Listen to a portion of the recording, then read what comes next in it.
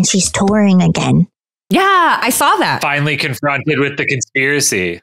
Yeah, she did. She addressed the conspiracy. I couldn't believe that she asked her about that. It was just the best. I know.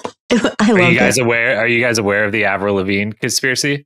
It's one of the greatest of all time. It is true. I remember part of it. It's something like she died and was replaced by a woman named Melissa in like 2011, and like a large portion of her fan base is convinced. They think this is not Avril Lavigne. This is a woman named Melissa. It's not actually her. She died, but it's like the same thing with Britney, right? With Britney Spears, like everybody the Britney one is like small though. The Avril one is like real. Like there's like Reddit boards and stuff, like with people. Like people really believe it. It's a very few people, but like a few hundred people out there in the United States actively believe that is a different person impersonating Avril Lavigne. And the ones who believe it hard. Like could never be convinced otherwise. It's like there is a very small section of Eminem fans that believe that the actual Eminem died.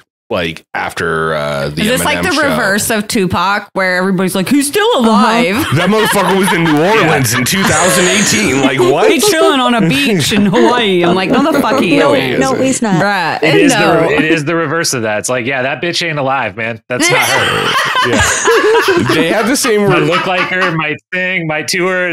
Not her. That's exactly what it is. Wow. They had the same rumor about Paul McCartney too. Oh yeah. There's always little stuff like this. Well, and like, have you guys seen the ones about like celebrities that they think have been like reincarnated? Like from those ones are, I'm always like, I always watch the video on Instagram because it's one of those things that you watch and you're like, this is so fucking stupid. Like the whole time you're watching this. it. Why am I and watching you keep this? watching it every time. I can't flip away, but I'm like, God, this is so fucking dumb. Why am I watching this? What the fuck? Yeah, they kind of look similar, but God, no, man. Like, this is so dumb. Like, it's so stupid. My favorites are like the present day celebrity lookalikes, like Tom Hardy and Logan Marshall Green. They look so much alike. They really do. Oh, Tom Hardy. Who's the guy in it's that assassin movie, The British Assassins, not James Bond, but the recent one where they go into the God. where they go into the tailor. It's Kingsman. Kingsman. Yeah. So the bald guy with the glasses, I can't think of his name. Mark Strong. And Stanley Tucci. They thought they were. A lot of people think they're same. Yep. Because they do look fairly similar. Interesting. So, I'm glad Jacob's here tonight because he'd be proud of me. I defended Fessy today in one of the groups. What? Oh yeah? Yeah. His casting on All Stars 5 or what? No, not that. It's like there's been a lot of posts from people like proclaiming their love for Cara and how everybody else is trash in the group and how Laurel is scared of Cara and all of this. And I responded, I was like, I don't think Laurel's scared of Cara, but I think she wanted a physical elimination. And I'm sure we'll talk about this later. And you know, just kind of left it at that. And we went back and forth for a little bit. And she's like, she only wants that because she's so much bigger. It's like, you know, if Fessy goes in against someone, it's just because he's bigger and he's got longer reach and he's taller and weighs more. I was like, no, Fessy's fairly athletic. Like he was a Division I athlete. Like he's not a joke. And she's like, Bananas is a better athlete than him. And I was like, all right, Fessy's a top 5 athlete. I hate to say it in challenge history. Like there's only a couple people that are better than him as far as just pure natural athlete. Yeah, Bananas hasn't consistently injured every single person he's gone in against. Yeah, I mean, I feel how I feel when you make me try to say nice things about Jay right now. It's true. Like I'm not a big Fessy fan, and I do poke fun at him quite a bit. Oh yeah, but like the fact that the man played Division I college football, you're a top 5 athlete in challenge history. I think it's way beyond football too. Most people that hate him aren't gonna, be following him on Instagram or be infuriated for if they do or whatever. But like, yeah, he just like up and like joined slam ball and became one of the best players in slam ball, which like is a niche sport, but it takes a lot of freaking. You got to be kind of out of your mind because you're gonna get super hurt. But you also got to be a like dope athlete. And he, will just randomly post stuff of like, here's I'm playing basketball. And turns out, guess what? I'm really good at it. Like, here's I'm doing, he had this infuriating post where he went snowboarding for the first time and he was just doing it. And TJ commented on it that he wasn't wearing a helmet. And I was just like, yeah, dude, you're being an idiot, dude. Come on. Put a helmet on. Don't you know who the host of your show is? Come on, put a helmet on. Yeah, TJ gonna have your ass for that. Yeah, and I really started thinking about it, and so I put together a list of who I thought the top athletes, natural athletes in the challenge history are. And when I say history, I'm not going all the way back because I don't have solid knowledge of 1 through 13. Mm-hmm. The duel is where. Can I guess your list? Go for it. Okay, so you definitely had Jordan on it. Mm-hmm. Okay. You probably had CT on it. Yeah, I gave him an honorable mention just because of natural ability. Your wife? Yeah, that too. Landon? No. Okay. Wow, I'm trying to think of recent people. Early Zach? No, Zach would be top 10 though. Yeah. I'd put him right by Fessy. Maybe not ahead of Fessy, but right by him. No, Fessy is way more of an athlete than Zach was. He was just so freaking big when his football. It's crazy now looking at with the All-Stars 5 cast. I was looking at the Battle of the Seasons cast photos and I just completely forgot. Zach was so large, large when he first came on the show. It was kind of crazy looking at it and be like, God damn, I kind of forgot that you were called Thor for a reason and it wasn't just the hair. It's weird seeing the side by side of old seasons and now. I didn't recognize him. Yeah, I'm you were trying to make the NFL. Okay, I get it. Yeah, I get it. I'm doing a bad job of guessing here. Do you want to just tell us the list? So I had Jordan, CT, Marlon. Oh, Marlon.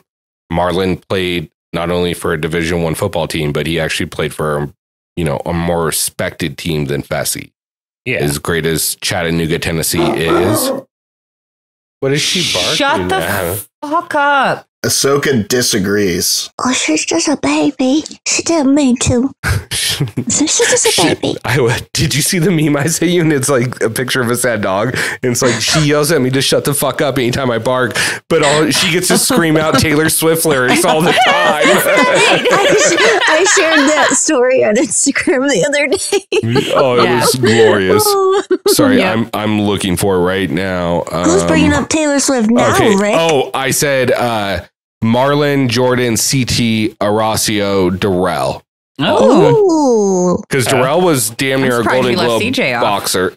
He's top 10, but I think Fessy's that's number 6 spot, just kind of depending on elimination in competition. But yeah, it's Landon. Landon's above a bunch of those potentially.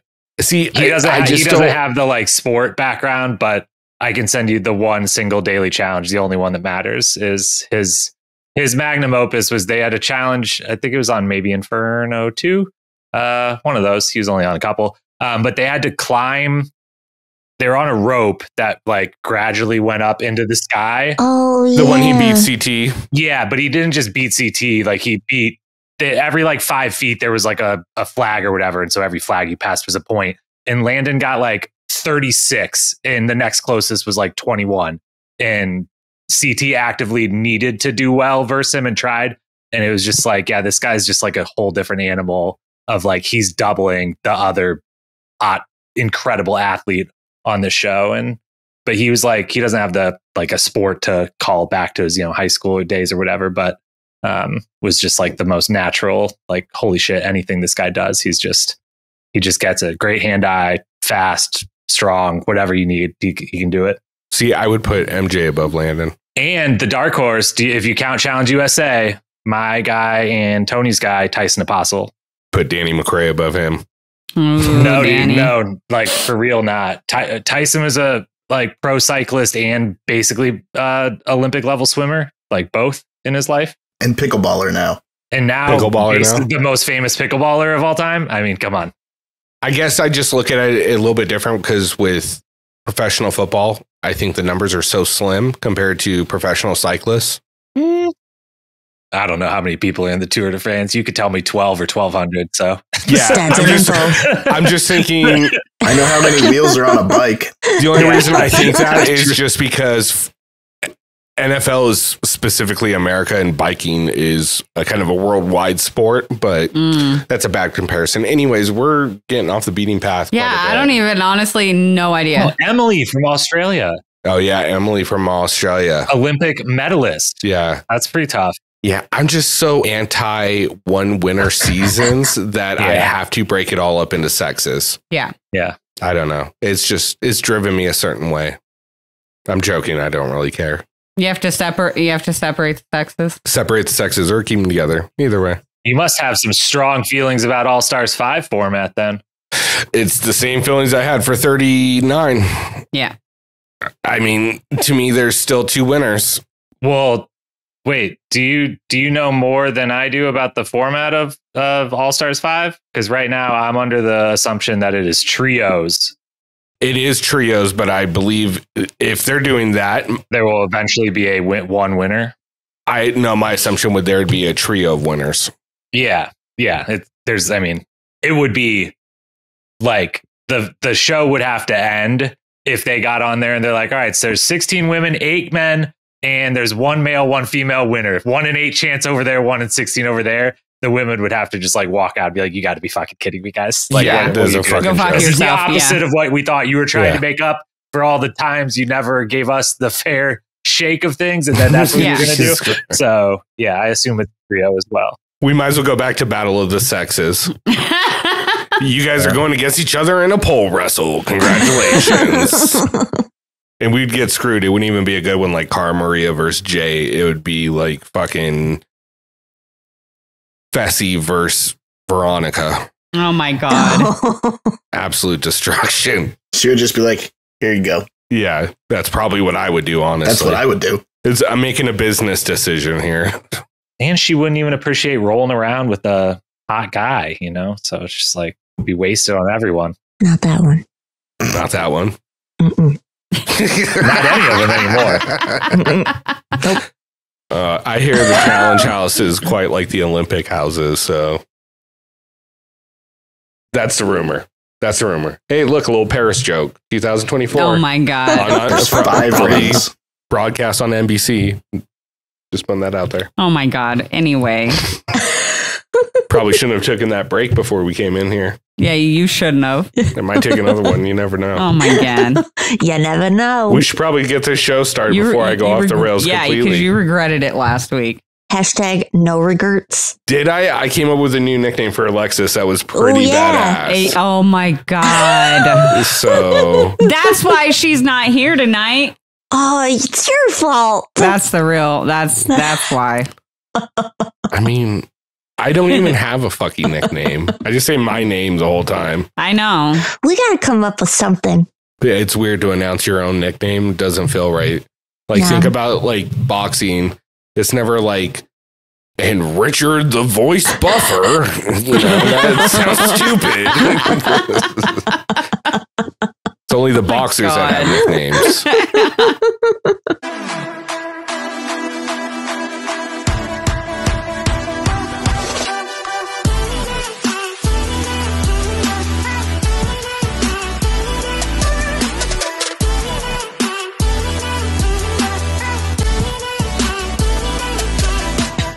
I did the short one. I was gonna say that was short. That's so she could look at him and call him stupid right to his face. Had to get that recorded. I'll stop now. Wow. We all gotta go.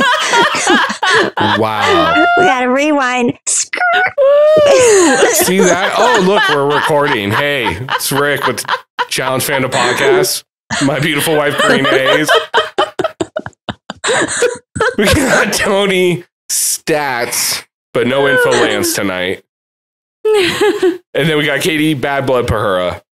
And we've got a very, very special guest joining us once again to break down.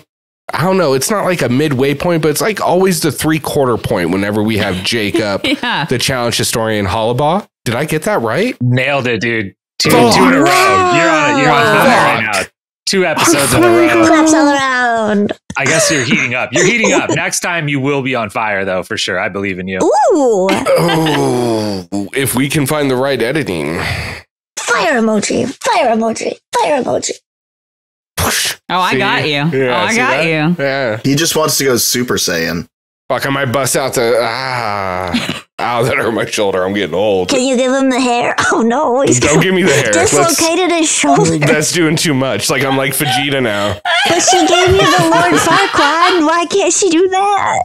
Oh, I could give the hair. I could do the hair. No. If you're gonna do the Dragon Ball, can you do the Turbo version instead of the actual Dragon Ball Z version? I think he did that like 3 times on his original War of the Worlds season. He did. I'm not gonna lie, when I saw that, I was like, fuck yeah, Turbo. And then I saw how easily he got upset about someone mimicking a walk that a lot of people do. That was just like, fuck, Turbo, come on, man. His walk. I know it's a cultural thing and I don't understand it. What do you think Turbo's doing right now, this minute? Pillow fights. Oh, I forgot. I forgot about that. Oh man, I might look that up while we're recording just to watch it in the background. Fuck, Oh, that was amazing. let's go. Look at you. Fuego. He's on it. Honestly, I wouldn't be mad if they brought Turbo back, especially for like an all-star season. I kid. Why are you putting this out into the universe? Let's not manifest that. As long as he doesn't bring any prisoners with him this time. Yeah. Ugh. I didn't like that last time. No, that was not a fun look at all. I hope she's living a wonderful life. I forget your name and I apologize for that, but I hope you're living a wonderful life that has nothing to do with Turbo. Yeah. I feel like I can see the name, but I can't. It's just, it's pixelated. Info Lance isn't here, so I don't have to. Yeah, you're just stats, and he knows the stats. They're 0-1 in elimination when playing together. So there we go. There we go. Look, we're fucking in full stride. I don't even know what we're doing tonight, but no, I'm kidding. We're recapping All Stars 4, episode 9. Oh, yeah. What's the title? Waiting for a Star to Fall. What the fuck is this? Oh, I went right to the music. I thought it was when an immovable object. An indomitable force. Yeah. It's a good effort by Cara trying to come up with that. She tried. Gotta respect it. That was the closest we've gotten to a Nelsonism in a long time. Thank you. And thank you, Cara. Thank you. We needed a new audacity for real. Indomitable. Although we did get a soft teamwork makes the perfect work. Oh, did we? Yeah, that was last season. That was my favorite. Yeah. I have used it since. That's right. I do remember that. Audacity still my go-to, and people look at me like I'm fucking just the audacity. Stupid. Yeah. Or audacity. Sorry, yeah, I said it right. Why'd you say it right? What is wrong with you? It's not the bark and the dog. All right, it's the dog and the what? It's the bark on the tree. Okay, is it just me? Am I looking too deep into this? But are these fucking titles just horrible this year? They're terrible. There's been a couple good ones. There's like 2 good ones.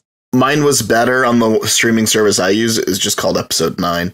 Oh, there you go. Dude, that would have been. Yeah. It was twice. It was like Episode 9, and then normally it has the title, but it just said Episode 9, Episode 9.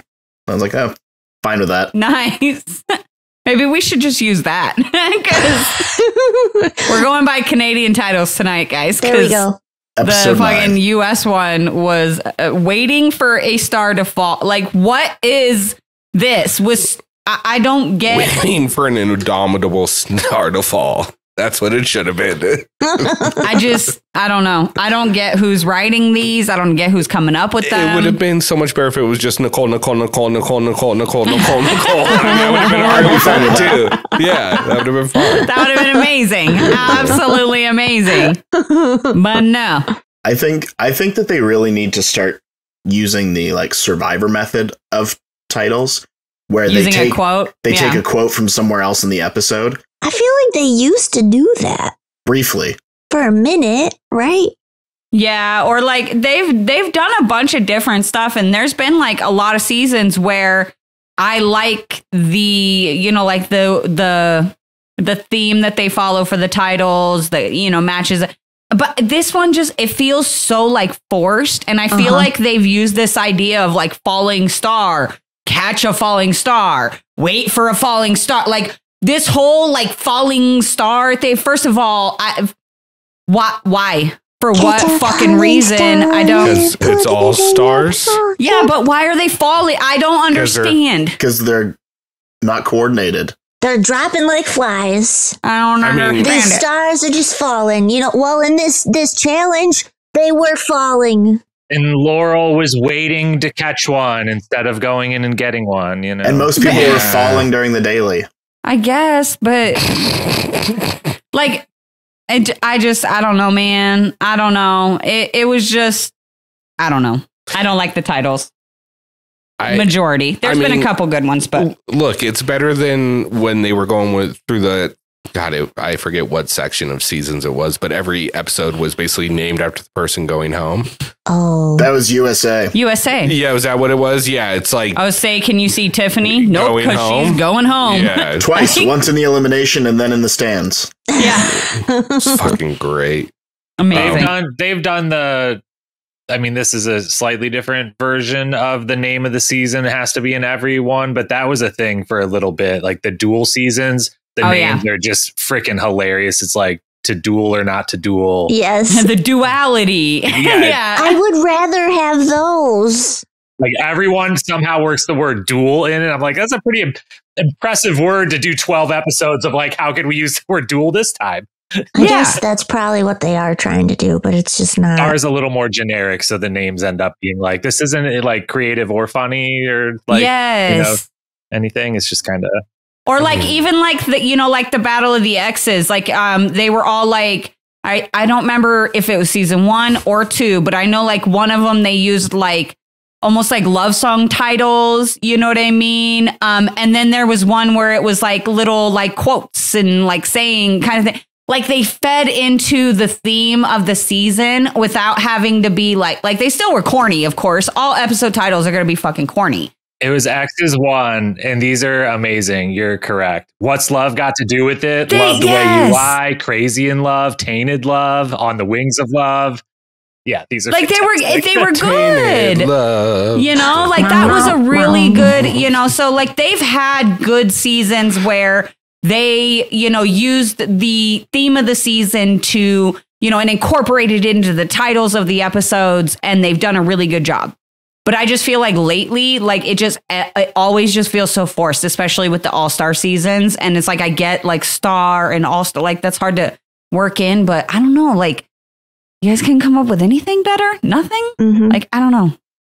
I think they could have just done exactly that and just said, all right, what's the oldest song we're playing in this season as far as music to the newest one, and just pick songs from that genre. Yeah. Or that timeline, and just whatever titles they want. Yeah. Even if it's Get Rich or Die Trying 11 times. I don't fucking care. They had some bops on this episode, okay? We kicked it off with Paula Abdul. What? It's just the way that you love me. I feel like they could have done a better Paula Abdul song, but that's just for sure. I agree. Yeah. And Cam didn't even get an intro. She got an intro. Like it was like it wasn't the same though. She was like it was so short, and it was just like her talking over the recap. It wasn't the same as everybody else. We didn't get to see her picture on the wall, which makes it a little bit interesting. Maybe they did a quick turn and they're like, you know what, we've done this too many times. Maybe. I doubt it. Or the season, I don't know. Maybe the season's starting to speed up and they're starting to do stuff, you know, in like less time. I don't know, but or maybe they just didn't show us. They had a lot of content. They had a lot of content before the daily. Yeah, maybe they were just like, this wasn't great, but none of us are going to tell her. Yeah. We just won't show it. Yeah, no, that's what I'm wondering is they probably did have her picture up, but we just weren't shown it on camera. Yeah, we had to get to the pool party. We got Cam at the pool party, so we absolutely had to have Laurel telling 9 different fucking people the same thing, taking up 20 minutes of the episode. So we absolutely could not see Cam's photo on the wall, you know? You really needed to know what was going on. Every single really time. Needed to know. Every time. All of them. No. I mean, the pool scene intro was really good. I really enjoyed that. It was fun. I thought the speech was a little corny. I was like Cam's speech, it almost felt kind of like a forced situation because of like what happened in the previous episode with Cara and Nicole and Laura, just like the whole thing and her stealing Cara's star. And it just kind of felt like she like maybe there was some tension, some awkwardness, and she wanted to kind of smooth it out. So it was like, hey, we all still love each other. And it was just like, no. I can't believe that you would assume there was awkwardness in a house with Laurel and Nicole. Well, I'm just like, I mean, between her and her and Cara, I feel like, you know what I mean? Like, I'm not, and I know that like they're cool or like whatever, you know, verbiage they want to use. But per this edit/episode. Per what is being portrayed online and in the episode and stuff, they're cool. You know, but I just feel like after she went through so much trouble to ensure Cara was in a position to lose her star and then taking her star and stuff, obviously there's going to be some awkwardness in the house, you know? So I don't know. The speech came off a little corny to me. That was producers brought out a tray of champagne glasses and we're like, Cam, you can give a toast now. Everyone get in the pool and we're going to do a toast. Here's your champagne. And then Cam was natural. Like, okay, okay, like whatever. And that's a good point. I feel like that definitely happened. I did feel bad for Cam because, or not Cam, but Cara, because every time they like cut over to her, she was just by herself in the floaty, just like quiet. And I was like, oh, poor Cara, go talk to somebody, please. Was Ace sleeping again or what? Where was he? Like, he's either on the couch or at the fridge. You'll be able to find him. Well, and look, and that's actually like part of the thing that kind of irritates me about production this season. And it irritates me that not only are they doing this like to Cara, but they're just feeding into this like frenzy that the Cara fans are on, is they keep editing that. And I'm not saying that Cara is not alone in the game, okay? Because she absolutely is very much alone or, you know, has like one, you know, like Ace pretty much. No, but she's not alone because she's got Jay. Hang on. Can I finish what I was saying, please? Sorry, she is very much alone in the game. Jay is going to have Nicole's back before he has Cara's back. He's made it perfectly clear. But in the actual house, as far as like people who like her and talk to her and stuff, like she is not as alone as it makes it seem. And she even said that, like I think it was last episode or whatever, she named off like a bunch of people who are like super nice to her in the house. Ace, Jay. I think it was on Instagram. Something like, yeah, maybe it was Instagram and it wasn't on the actual show. When she was telling people that she was like, it was the whole bullying thing. And she was like, these are the people I was cool with in the house. But I feel like the edit is kind of like trying to portray like nobody talks to Cara. She's alone in the game and the house. Nobody talks to her. Nobody likes her. Nobody hangs out to her. She's just always by herself. And like that, I'm like, no, let's not do that, because even if they're not working with her, like I know Ryan isn't actively working with her, but like he even said like she's one of like his good friends in the house and she has said the same, you know, so I just feel like production is just playing with people with these edits this season, like super hard. It's because Nicole will get mad. They're just playing with people's emotions. Damn production. Yeah. I mean, I don't know. There's a lot of conspiracy theory I hearing out there about different things as far as what happened and what the edit's portraying. But nobody knows because we'll never actually see the full tapes, and it's all everybody's half story. So it is what it is. What I did like, and I thought was fucking hilarious about this pool scene, was when Leroy and Cam were sitting there like dancing, having a drink. And they start talking. He's like, you know, I haven't even really sipped a lot, and back and forth. And he's like, we might have to go upstairs and make Leroy a sibling. And she's, I forget exact word, Kingston. He said Kingston might get a little sister. And she was like, now that's happening. He's like, I was kidding. I wasn't. His face was fucking great. And you know what's funny? They did it. Kingston has a little sister.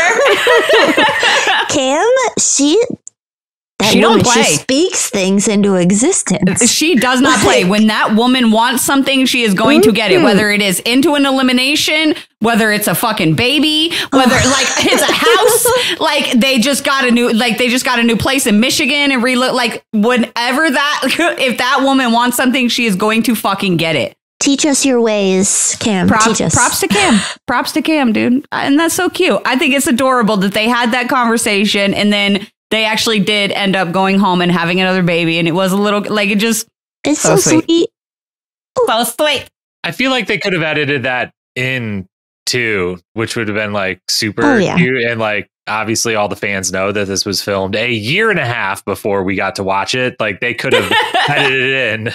Present day, here's a picture of, I don't know Kingston's sister's name. I know. I forgot to look, and I feel like an a-hole for it. I'm going to guess it starts with a K or an L. Now I'm going to have to That's a solid look. guess. I'm going to be honest. I know. We're all, who can get there the fastest? Right? I'm not I even know, looking.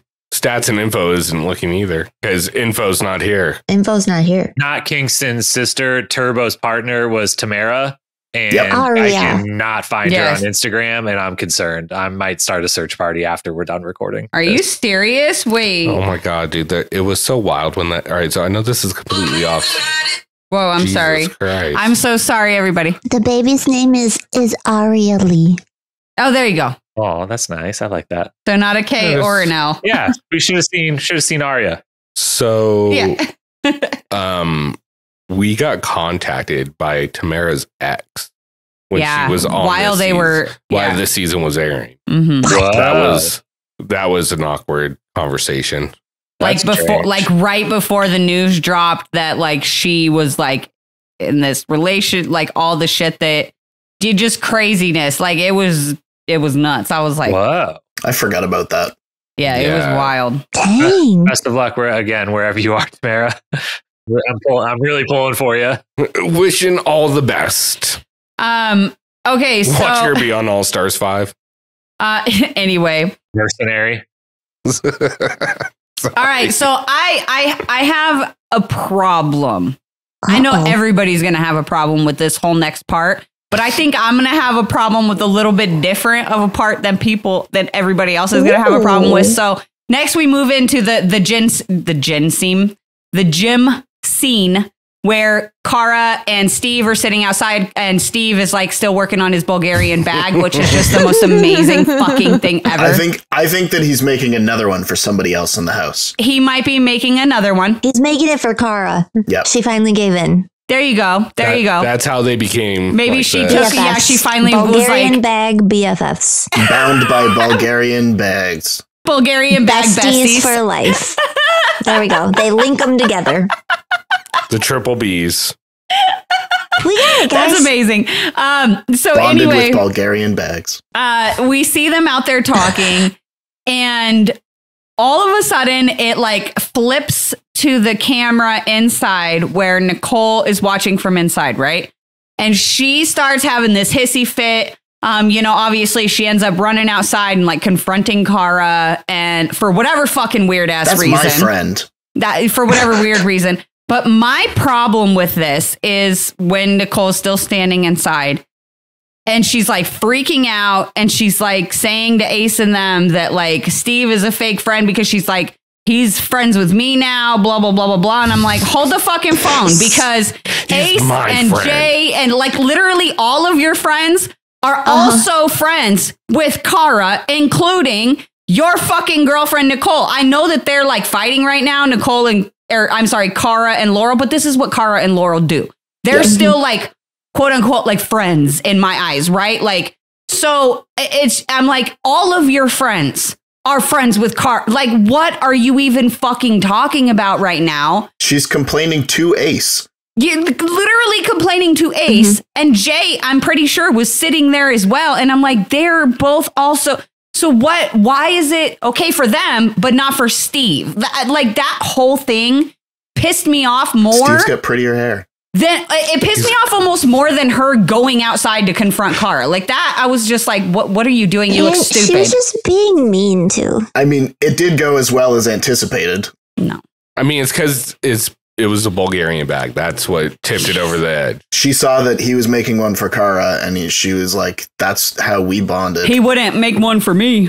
Yeah. I like how your Nicole just turned into Forrest Gump. Yeah, I don't know why that happened, but we're rolling with it. This episode specifically, I can't remember. Someone said something similar to this last week, and I had the analogy. I think Nicole truly has such an issue with Cara because when she's talking about, yes, we know, but because Cara is a mirror for Nicole. Because everything Nicole is saying she feels about Cara, which I don't agree with what she's saying. Right. But it's everything she like emanates. I felt that it was because she was initially looking in a mirror when she was saying it, that she got confused and thought that she was talking about Cara when she was actually talking about herself. Yeah. It's just so weird. And I think that Cara's description of Nicole in this confessional is the most accurate thing. Yes. Like Nicole is a very strong competitor and she has the potential to be a really good challenger. But she gets in her own way and she has no confidence and she doesn't exude any kind of like power or confidence or anything in the house. She's just constantly paranoid. And I don't know if it's just the Laurel thing. Like, I don't know. I've never been a big fan of Nicole, so I've never really paid attention to her, even on other seasons that like she wasn't on with Laurel. So I can't really be like, oh, yes, she's always been like this, or no, she hasn't always been like that. But this season in particular, if we're just looking at her behavior and personality this season, I see where Cara is coming from with this. Like, she, at least from the edit, is constantly having a problem with something, like anything, like Cara breathes. And Nicole's like, why are you doing that for? She just walks by the room. Yeah, you know, so it's just like, and that's creepy as shit. Like, bro, stop fucking stalking me. I don't know. I don't know. My opinion on it is can't take anything Nicole says seriously because she doesn't know satire when she sees it. So that makes me assume she doesn't understand sarcasm or any type of real conversation. And look, I know I'm being a little bit harsh, but it says enough about herself, how she feels about herself, that she has to fake a fucking accent to be on TV. Yeah. That tells you everything you need to know right there. She believes that she's not good enough by herself to be on there for who she really is. And that's what this show is originally based on. Right. And what a lot of the core is a core value to a lot of fans out there. Yep. And I would like to say, like, one part that we did gloss over slightly was Steve's confessional of just like, I've already been into elimination twice. What are they going to do? Send me into another one? Yeah. Like, I'm going to hang out with who I'm going to hang out with. Yeah, me too. I do think Cara gets the line of the night for with Nicole. Like, you need to keep my name out your mouth. Nicole. No. You missed the line of the night. A lot of people did. Nicole, against all odds, had the line of the night immediately after that. Did you hear Nicole's response? He probably heard it but didn't understand it. Well, it's something about don't stop breathing because nobody's going to give you CPR. Cara said she would choke on her name or whatever, and Nicole was very quick to be like, don't choke on that. You don't have any friends here. No one's going to give you CPR. And I was like, that was fucking dirty. That was pretty fire. That is wrong. But if she was choking on something, wouldn't it be the Heimlich maneuver? Oh, yeah, no, that was pretty awesome. Good point, Tony. But stats. I couldn't believe that. I was like, I don't know how you're smart enough to have come up with that in the moment, but damn, I'll give that one to you. Well, I would like to point out, as much as we were giving her credit for that zippy response, the fact that she said that she was so salty and then asked if she wanted potato chips, which would just make it more salty and therefore not necessary based on the level of salt that she already contained. And I was like, Maybe they were salt free. Maybe. They were lightly salted. She could have just, do you want potatoes? Potato. Oh my gosh. Yeah, no, I those were both very funny, but I do also think that there is an even funnier I have one too. Quote that happens a little later in the episode, but there were quite a few good ones. There were. This next part of the intro, right before we move into the daily, was actually kind of interesting to me. Cara and Kam. I want to know what you guys think about this, because I almost feel like this gave me kind of the same vibe as like the Kam speech, but almost like in reverse, where like they all knew they were getting ready to head into the daily at some point, right? I don't know if this was the same day as the daily or like the day before, but they knew like it was coming up. And it almost to me felt like Cara wanted to kind of just put that out there of like, hey, I'm not coming. I'm going for a star, but I'm not coming. I don't want your star, Kam. Well, I think your star is not the one that I want. I think it was funny that Kam was getting ready to leave and Jay was the one that says, I'm going to go in and win and take Cam's star. And she came back and sat down. Yeah. That was my line of the night. But I mean, like, it totally changed the trajectory of this conversation. It's probably just going to be a focus of Jay, Cara, and whoever else is in Flora. But because Kam comes in there, it becomes an open conversation where Cara's like, well, I'm not coming for your star. I wonder if it would have been a different conversation, though, if Kam didn't stay and sit down. That's interesting. I doubt it, because she already said last time that she was coming after Nicole's. Yeah. No. Oh, she definitely wants her revenge on Nicole. I think Cara has a bunch of factors going for her in this situation of, like, one, she is, still like wants to be friends with Kam and Leroy. And so like thinks maybe I could appeal to, like, they would, be like, hey, we shouldn't have been doing this the whole time and we'll help you out again. And two, I think she does potentially look at this version of Kam and say, Kam, Veronica, and Nicole, if I take Nicole's star, I feel pretty good about my odds in a final versus Kam and Veronica right now versus taking Cam's or Veronica's and leaving Nicole there. Right. So I think it was smart on all fronts and more of like a slight olive branch of like, well, my best chance is getting Kam and Leroy to be like, we've been mean to our friend. Maybe we should relent and help her out a little here this last time around. And it's like reset anyway. Like Kam wanted Cara's star in particular, and now she has it. And then it's almost like Cara's just like, cool. Like, well, and look, and that's totally fair. But I think that Cara also has to understand that this game and a lot of the decisions that people make in this game aren't based off of, are we friends and can you help me get to the final? It's, can I fucking beat you? And so in reverse of, yes, Cara would want to go with Kam and Veronica, but Kam and Veronica would never want to go with Cara.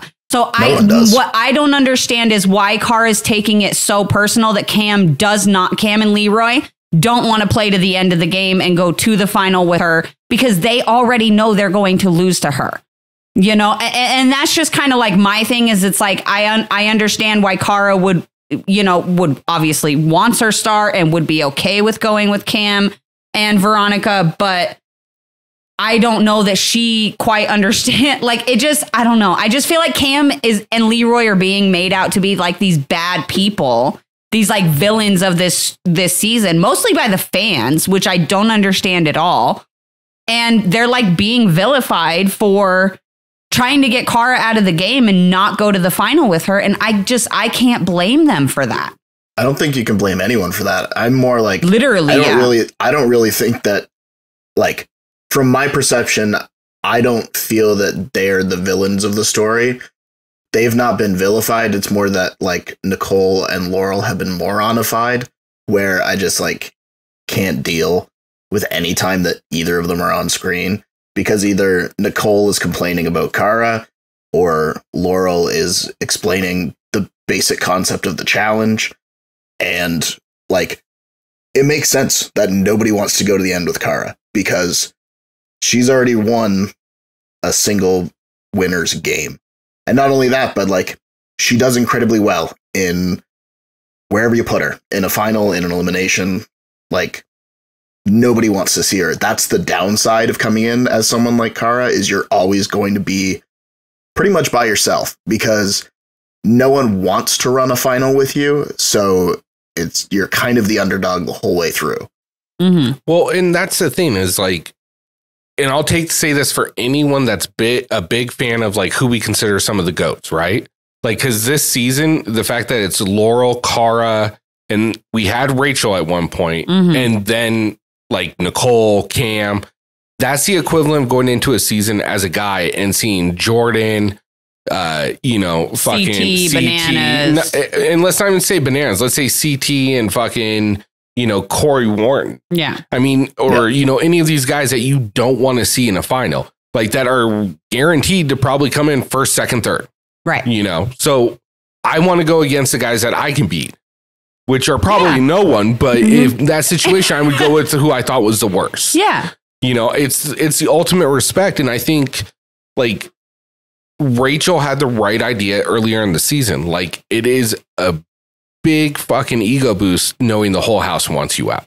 Yes. Mhm. Yeah. I think Cara is just, there's a lot more.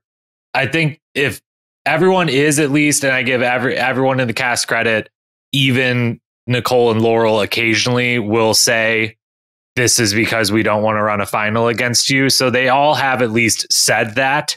But Yeah. I think there is a lot more that is going on of like, Cara wouldn't be upset if it was purely like, we could be friends and hang out and like everything's great, but like I'm going to try to get you out of the game because I don't want to run a final against you. And it was like totally straight up that.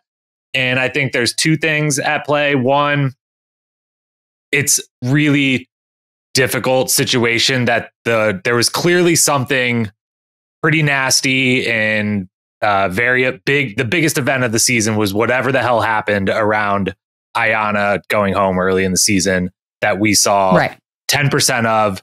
And then a year and a half later, Ayanna, who most of the fan community loves, is battling cancer. And so it's like, it's a really weird situation where normally we might get the full story from three different cast member interviews put together, but we kind of still haven't really got around what all went down there and whose all feelings were hurt. And then the second part is Cara. I don't know how much you guys have been paying attention. I think it'll be better to talk about it near the end of the episode with the elimination, but Cara was on Challenge Mania and they have started putting out pieces of the interview, and I've listened to a decent portion of the interview, and there was some extra stuff that happened prior to coming on the show that definitely affected the relationships in the house. Oh yeah. And I mean, look, I'm sure there was pregame that goes, it happens every season though. And I think that that's kind of like my thing is like, you know, and I'm not saying that it's right at all. And I'm not saying like, and I know that like, I haven't listened to the interview. But I have kind of heard, you know, kind of through the grapevine things that are being said in the interview and that are coming out in other interviews and stuff. And, you know, and I know that like Steve kind of made a comment sort of on the actual show when he was talking to Cara about how there's like this like anti-Cara movement where like it's not okay or it's not cool to hang out with Cara. And you know, and I understand that, and that's not fucking cool at all. And I don't think that it's right for people to pregame in that way. But I think like for me, it's like everybody kind of goes in with pre-plans.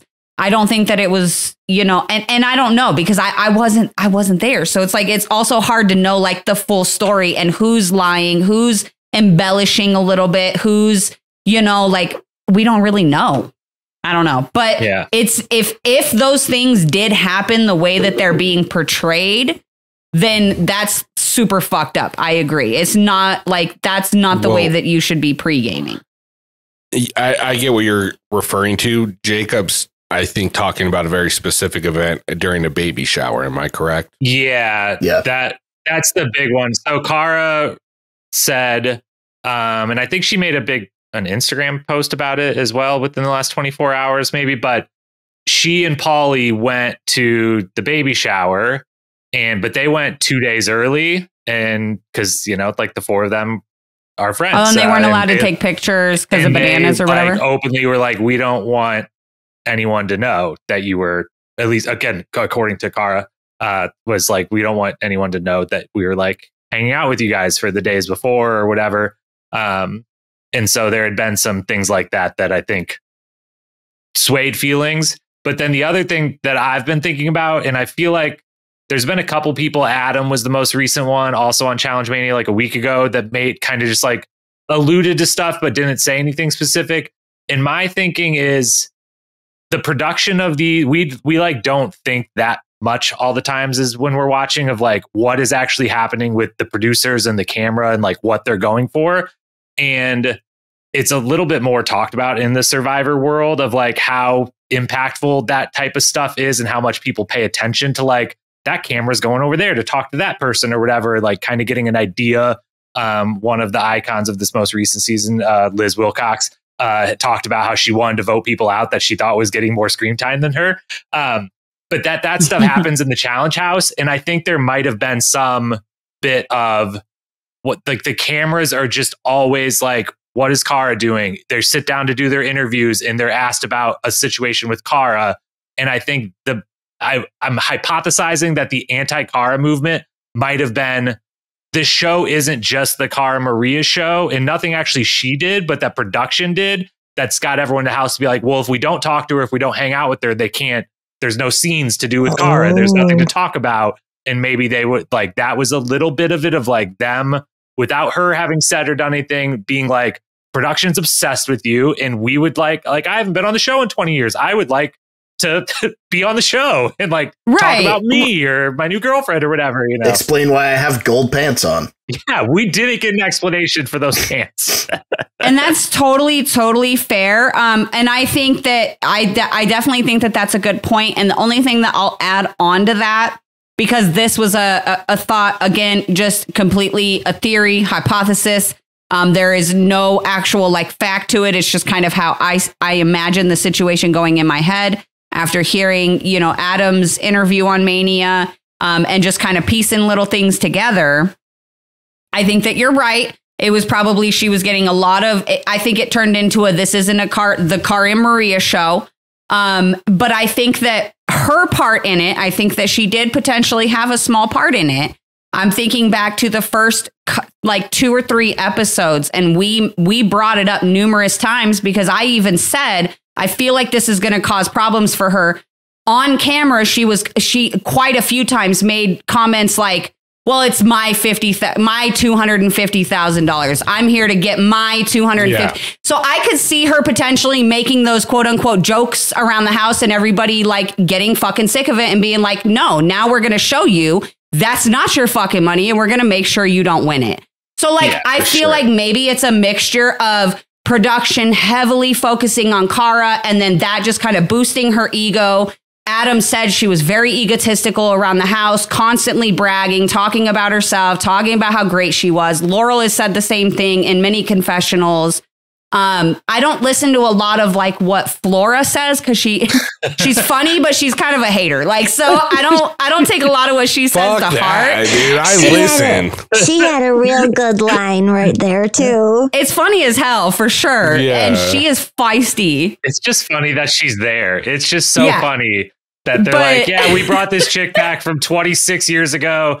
And she's just going to sit around and occasionally give some harsh opinions. That's just some fire confessional. She gives 0 fucks. None. Whatever she says. And I appreciate that immensely. So I don't know. I think there's a lot about the inner workings of the house that we are not seeing in the edit. And it's just being portrayed as this like, poor Cara, she's being isolated for no reason whatsoever. And, you know, Laurel and Nicole are like, these bad guys hate them. And I just think that the situation has way more depth to it than that.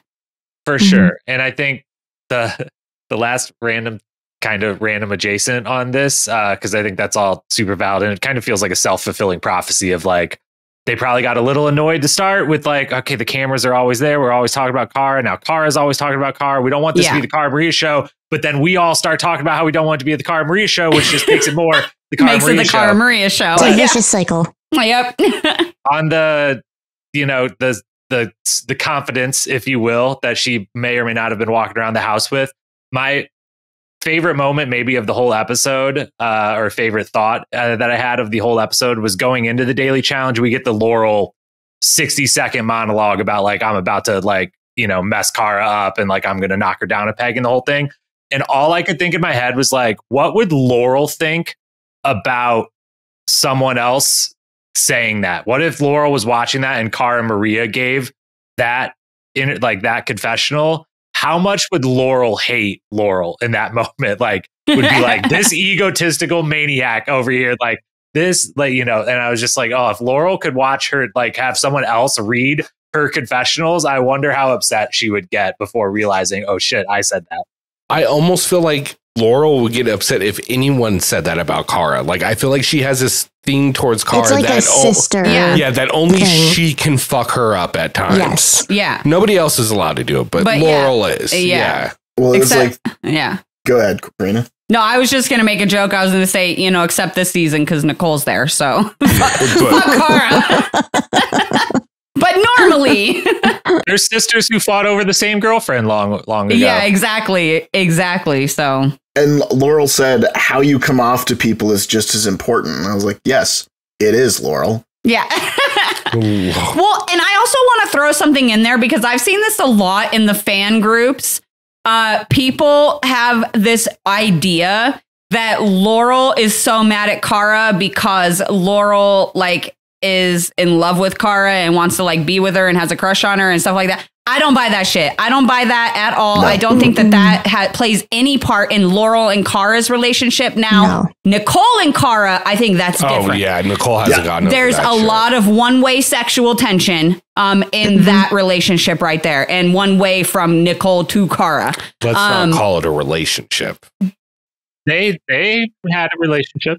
They've had relations. It's Nicole. I feel like coming from what we see of her on TV, from real world to now, it's all an attention thing. It's a validation thing. And Cara's the one that got away. She didn't have her way. Escaped. And and even like Nicole going up like, oh, Cara's a terrible person. What the fuck are you talking about, Nicole? Like, I like that she became a pirate there for a second. Terrible person. I'm just trying out all the different accents tonight. I was just imitating Cara from The Daily. I love that. Are you serious? Oh, that was funny. Just don't. Are you serious? Yeah, sorry, that just registered. Don't pronounce R's. Use H's instead. No, she did it right this time. Stop. Oh, she did it. She said star properly in the nomination ceremony. That's why you know it's not a speech impediment. Look, can I just say something? And I said this to Rick on our second watch through. The thing that is starting to annoy me the most about Nicole and her like accent is that all the words that she pronounces all these words wrong, except for words that everybody else in the fucking world and in America pronounces wrong. Like the. But she pronounces it the. I'm like, why are we so proper with that word? Like Nicole, the stop. The stop. I'm like, what the fuck? My brain is going to literally explode, bro. Like, what is going on? That was actually pretty spot on. I was like, that was very good. That was a good impression. Yeah. The stop. I would like to let you know too, Rick, this is normally I can make out what she's saying without subtitles and I don't do like captions or anything. This time during the daily, there was a part where I had to sit there and rewind it. I didn't get it. Rewound it. Didn't get it. Third time, not the charm. Turn the closed captions on and I was like, oh, if I listen really hard, I get it. I was going to save this towards the end of the episode since you brought it up though. It took me rewinding 3 times on what Cara said to finally realize that she was trying to say an immovable object. And, I was like, oh God, Cara, Jesus. Indomitable force. Indomitable force. Indomitable force. Fucking Cara. I rewound it 3 times. I was like, what is that from? And I was like, she's quoting The Dark Knight, but she's not quoting The Dark Knight. No, she tried. Yeah, she tried. She did her best. Anyway. She tried. So, Daily. Yeah, the daily. What did you guys think about this daily? I liked it. Hi, Jim. Your kitty cat. Does anybody have any insight as to why it was back-to-back female eliminations? No, I think just to throw us off. Yeah, just so they couldn't plan too much. I didn't expect it at all. I think it was just a twist, like they haven't done many like twist type things this season. Yeah. So I think it was just kind of a twist just to throw them off their game a little bit. And I personally think that there's going to be a large, like some sort of like purge or something. There's going to be like a big group of people going home. And so I think that's going to be like the next kind of like twist type thing.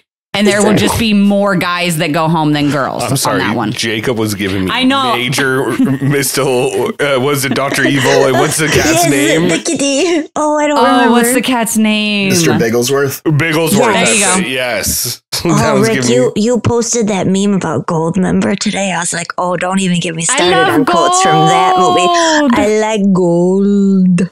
Damn. Oh. Him and his faja. It's a faja.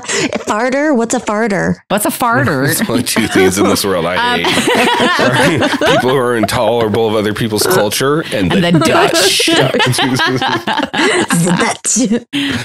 Yeah, actually, I kind of really liked this daily. I thought it was simple. I thought it was easy, to understand and to do. And I thought that it was, I don't know, it was probably not fun for them, but fun for them. It was fun to watch, so. It wasn't fun to a couple of them.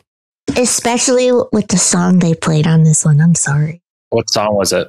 It was 18s bouncing off the ceiling. Hell yeah. Oh, perfect. So good. My only complaint with it was that, and it's probably because Jacob's here, so I keep referencing Survivor, but they weren't like, there was no sort of level playing field. Like Laurel barely had to reach out and touch the thing to pull it down. And Veronica had to jump as far as she could jump and was never going to get that. We're going to talk about Survivor being fair right now, Tony. We're going to talk about it right now. Right now. Someone just cheated their way to $1 million, and we're going to talk about it right now. Oh, shots fired. Oh no, we've discussed this at length. Survivor shots. All I'm going to say is Veronica is my favorite part of this whole fucking daily because she didn't quit. Good. How many times do you think she actually jumped, and how many were like them showing the same jump over and over? Minimum 4. I'm giving her minimum 4. That's what we saw. Exactly. I'm giving her minimum 4, maximum 8. I think she jumped more than 4 times. I don't know. There was a couple. They looked pretty similar. They started to look very similar. And I was like, I don't know how many times you even had time to climb up there and jump. So like 3 or 4 might have been the max anyways. But she still gave it her effort, a real A effort. Because after you miss twice, probably you'd start thinking, should my partner just do this every time? Like, She didn't quit. No, especially when like she makes that jump, and once you do it twice and you see that like height is just not, it's not going to work, but she kept doing it, like major props to her. Yeah. Because I would be in the exact same boat where like I'm no Laurel, I am much more Veronica when it comes to height, and I would not have been able to get the height to get that. And then you had like Flora, who was going up there, but wasn't even trying to jump for the bag. So that made me cheer It looked like she could have. Yeah. So that made me cheer for Veronica, which is a weird sentence for me to say. But that made me not root for her, but cheer for her. Yay, happy for you. It made me cheer for her even more because I was like, dude, like Flora, like what? Flora jumped one time and her head almost hit the fucking rope. Yeah. Like she could have grabbed the fucking bag. She could have just put her arms out. Like she could have done it. I don't understand why she didn't. I don't know. Cara took by far the hardest fall in this one. When she went to grab that one and held on a little bit too long. Fell on her back. Oh, yeah, that would suck. But yeah, no, with Laurel out there where she just walked to the plank, grabbed it, and just fell like she was taking an elevator down. You know what I mean? Yeah, it was like Mary Poppins. It's like Mary Poppins with the fucking umbrella. I'm surprised she didn't just sit on top of the ball and write it down like Miley Cyrus. Right? Well, and Sorry. I love hammers and shit. I loved Ryan's confessional here where he was like, Laurel just like doesn't even have to jump. And then Derek is like Jesus, just like walking on this plank like Jesus walked on water. Like they were just made for this. I was like, oh, okay, so they're going to win. Awesome. Perfect. Well, it was kind of a foregone conclusion. The entire first heat was the bottom. Yeah, I know. Freaking crazy. Yeah, I've never seen anything like that. I've never seen anything like that where the top 3 were the second heat, which led me to, I had one, I loved this daily and think it's like legit the perfect mix of physical, mental, I want pairs at all times if possible, and that like it was perfect in every way to me. And I still am searching for the people out there that like watching these people fall in like horrifying ways.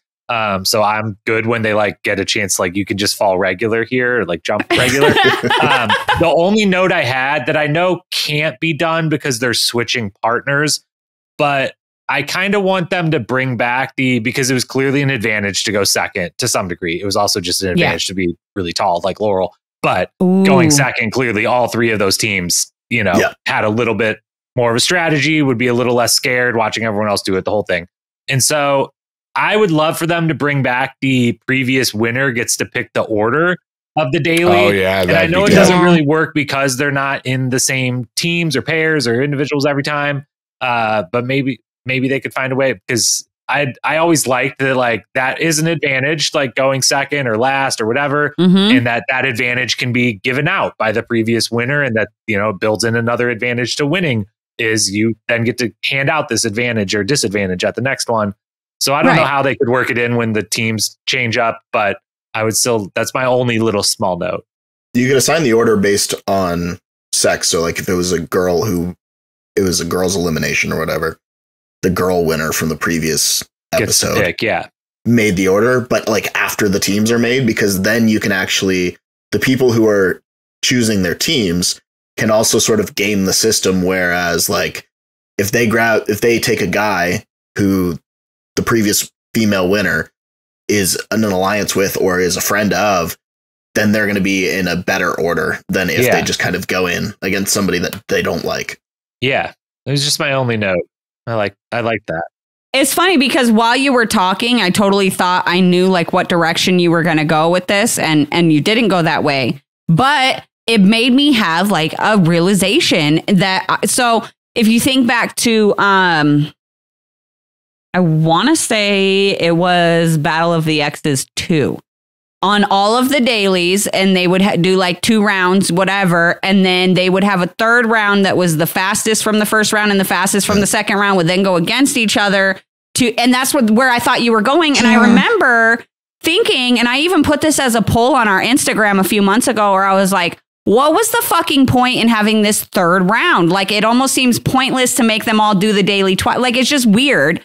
But now that you say that's actually a good fix to a situation like this, because then it would have been the top team from round 1 would have been Ace Cara, and then it would have been versus the team from, 2, which would have been Laurel Derek.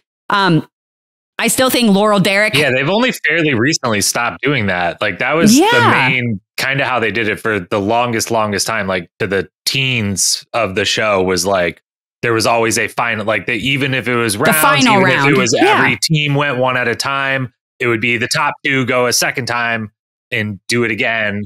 And yeah, I think that would have been amazing here, because it would have been like, hey, Cara and Ace, like you can like, Cara, you got your shot you got to beat Laurel though to get it. Right. Like, that would be super fun. So yeah, small note, still a good daily. Before we move out of the daily, I just want to talk about the Kam situation really quick. I want to know kind of what your guys' thoughts are, and I have some things that I want to say about it as well. But what do we think about this? Like, what do we think about Kam refusing to do the jump?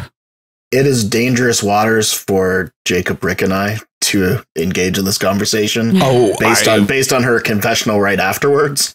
I will gladly jump into this. I really don't care. Kam didn't, but go ahead. Here's my theme. If it's a rookie or someone we've seen 2 or 3 times, tops, we're like, is this person? Nobody's questioning if Kam is made for the challenge or not.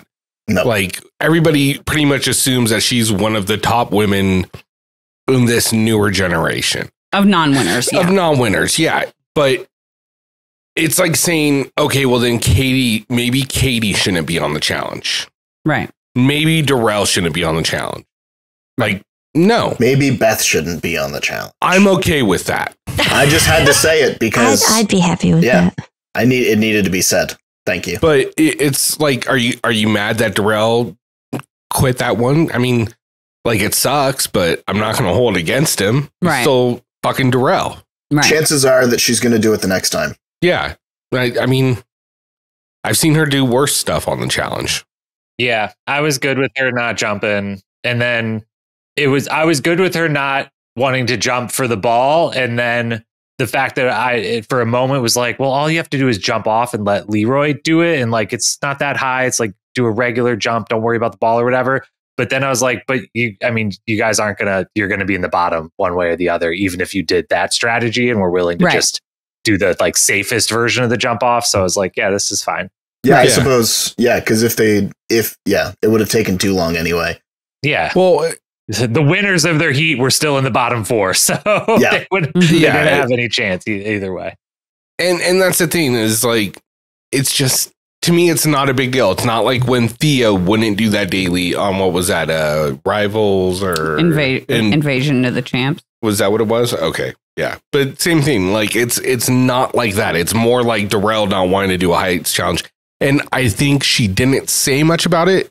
I think the postpartum plays a very large role, the postpartum anxiety that she mentioned. But I think a little part of it was the trivia challenge they just did where they got yanked back into that fucking water from a higher platform.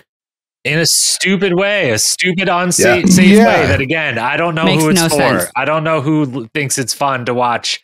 Hey, let's see if they get hurt or not. Like they're trying to do a Wipeout crossover. Yeah, except a Wipeout's kind of safe because it's like all like 6 feet of padding that hits you or whatever. We've had people almost die before on the show because they wanted it to look crazy. It looked like somebody hit Ryan with a fucking baseball bat on the inner arm. Yeah. Mm-hmm. And like, I think that did play a role. Was like, those were hard falls that people took into the water that time. Absolutely. And that was just a couple weeks ago, or in their situation, might have only been a week ago that happened. Yeah. Mm-hmm. And she didn't want to go back through it. Well, and it's not like she didn't completely take responsibility for it either. Like she was like, that was on me. Like, what else are you going to do? And it would be different if Leroy didn't do it on a Women's Day when he's partnered with Kam. Yeah, she did it on a Women's Day. Yeah, she didn't do it knowing full well that it was on a Women's Day and she would be in the bottom as a result. Right. So she kind of like, she made her own decision. It didn't change anything. She went to the bottom. She knew she was going to the bottom. She chose to not do this and took going to the bottom. So it's sort of like a non-issue, I guess. Okay. I was gonna say, do you feel differently? No. Sorry. No, I was just kind of letting everybody get through everything. Corrina's just like, fuck Kam. Do you want all the men to roundtable postpartum thoughts for, real quick first, or no? I more or less wanted to talk about this because honestly, that's been one of the most frustrating things that I have seen today on Friday in the fan groups, including a specific post in our own group that kick him out. So look, and some of the things that I've seen in the comments is like, like she used the excuse of being a new mom. That's weak as fuck. Like blah, blah, blah, blah, blah. Look, I'm just going to say this. She didn't use the excuse of being a new mom.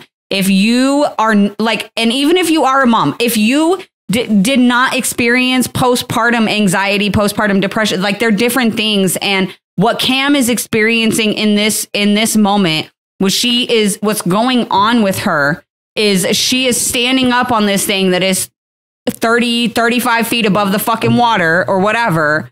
And all she can picture in this moment is not making it back home to her baby. Mm-hmm. And it is the most debilitating feeling. And people are downplaying that feeling right now. And it is pissing me off because like my youngest son is almost 6 years old. He's going to be 6 in a couple of weeks. My oldest is 13. And I still get this type of anxiety when I leave, when like I'm so fucking nervous about like as absolutely. And I know everybody who listens to us and the whole team and everything, everybody knows I'm very, very excited for our coming trip to Michigan, where majority of our hosts are going to be meeting in Michigan and spending the weekend together. And it's going to be really fun. I'm very excited about it, but I have so much fucking anxiety about leaving my children and being half a country away from my children. And the possibility, like those thoughts are always there. And to me, that's what Kam was going through in this moment. Is it was very high. It was very scary. She had just had a really, negative experience on like the trivia one, which Rick brought up. And in her mind, all she could see, and that's what she means by postpartum anxiety. All she could imagine, all she could see was herself not making it back to her baby. And I cannot freaking hold that against somebody. Yeah. So Kim pre-baby totally would have done it. No questions asked. And that's my thing is she's not afraid of heights. We've seen Kam jump off heights. We've seen her do everything in the challenge. We've never seen Kam quit ever.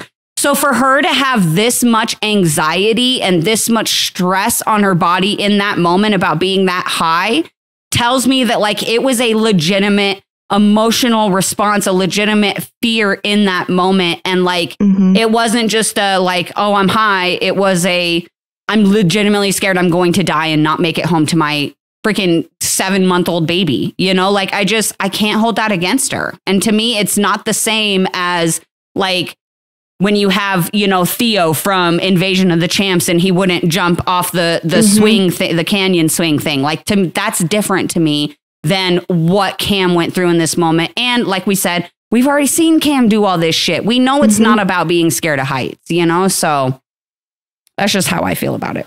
Well said. Thank you. Speaking of people who didn't do well on the challenge, Nicole talked a whole lot of shit for being really bad at it. She threw it for Laurel, didn't she? I was going to say. Yeah, she was trying not to. Yeah, sure she did. Yeah, sure I would have said the same thing if Laurel whooped my ass like that. I don't know because look, and I get it, and I don't like Nicole, and I would love to take this away from her, but like if you watch her, you can clearly see her grab and then let go. Like she was able to grab that ball. She wanted Laurel to win Don't it. believe Like the hype.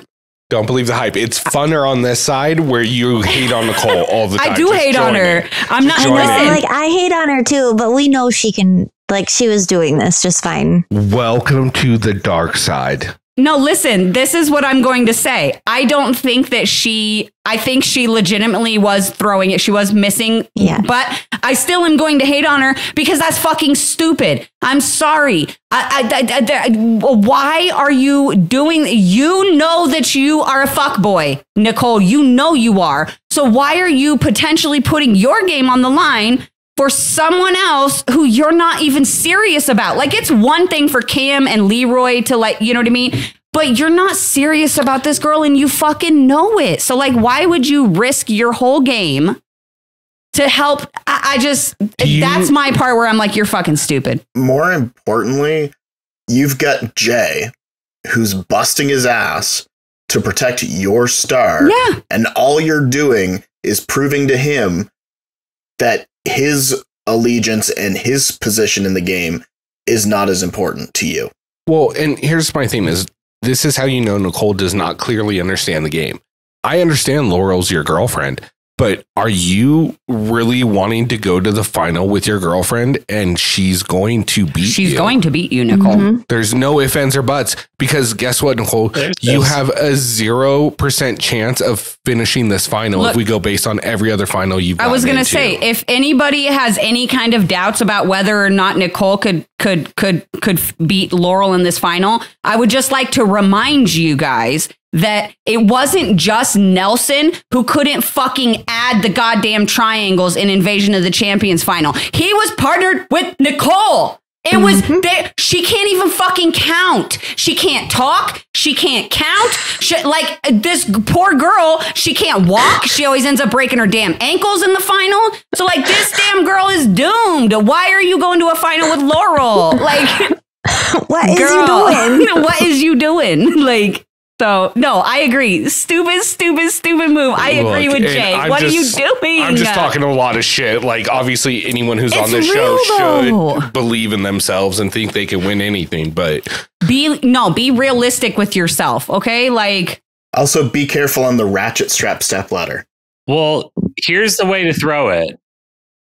If you're like, I want Laurel to win, you should do the best that you can and stop at the finish line so that you can finish 1 second after her and still get the best possible time to be in the middle group versus if I dick around here, what if great, it's so Laurel can win, but like what if I'm end up 30 seconds behind her and I'm suddenly in the bottom versus the middle and I don't get to do voting. So like if you want her to win, that's fine. Do your best. And as you guys swim over, be like, Jay, we want Laurel to win. We stop at the finish line and just wait there. And the moment she crosses, we cross right behind her.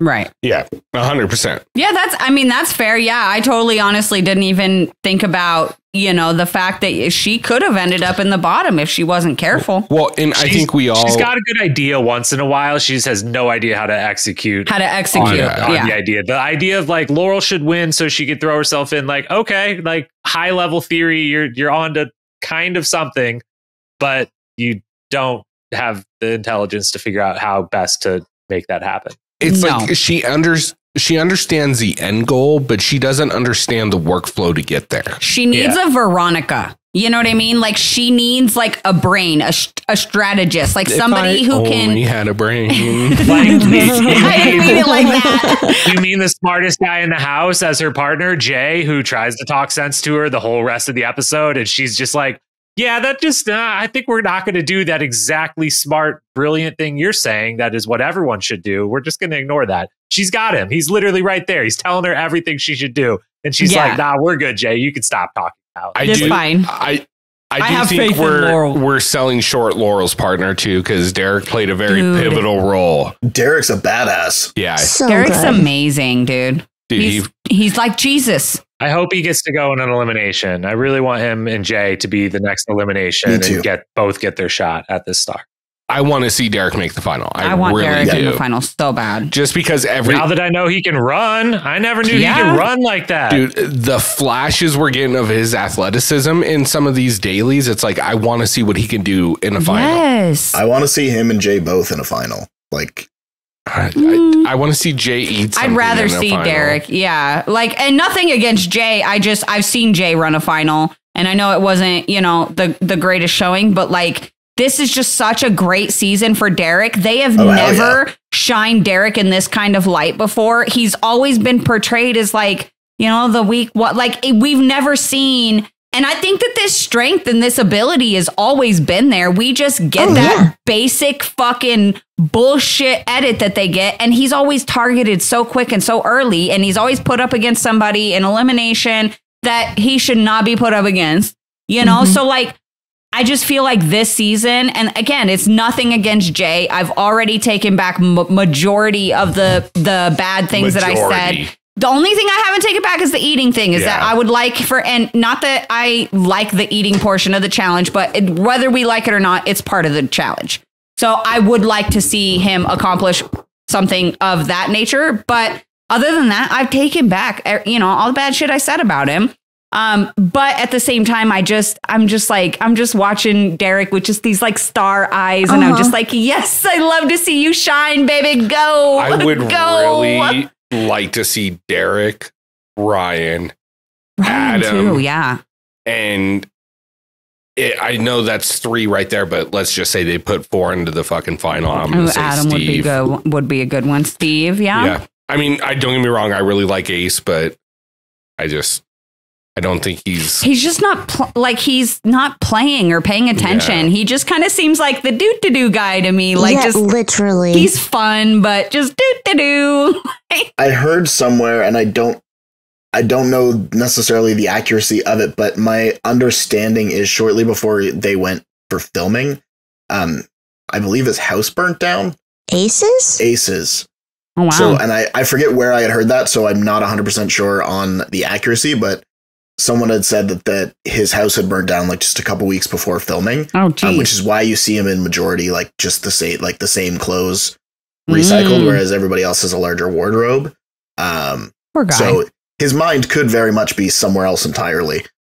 No, absolutely. But it also just kind of goes back to that thing of like, you want to see people in the final who have like put the work and the effort and the time in throughout the season.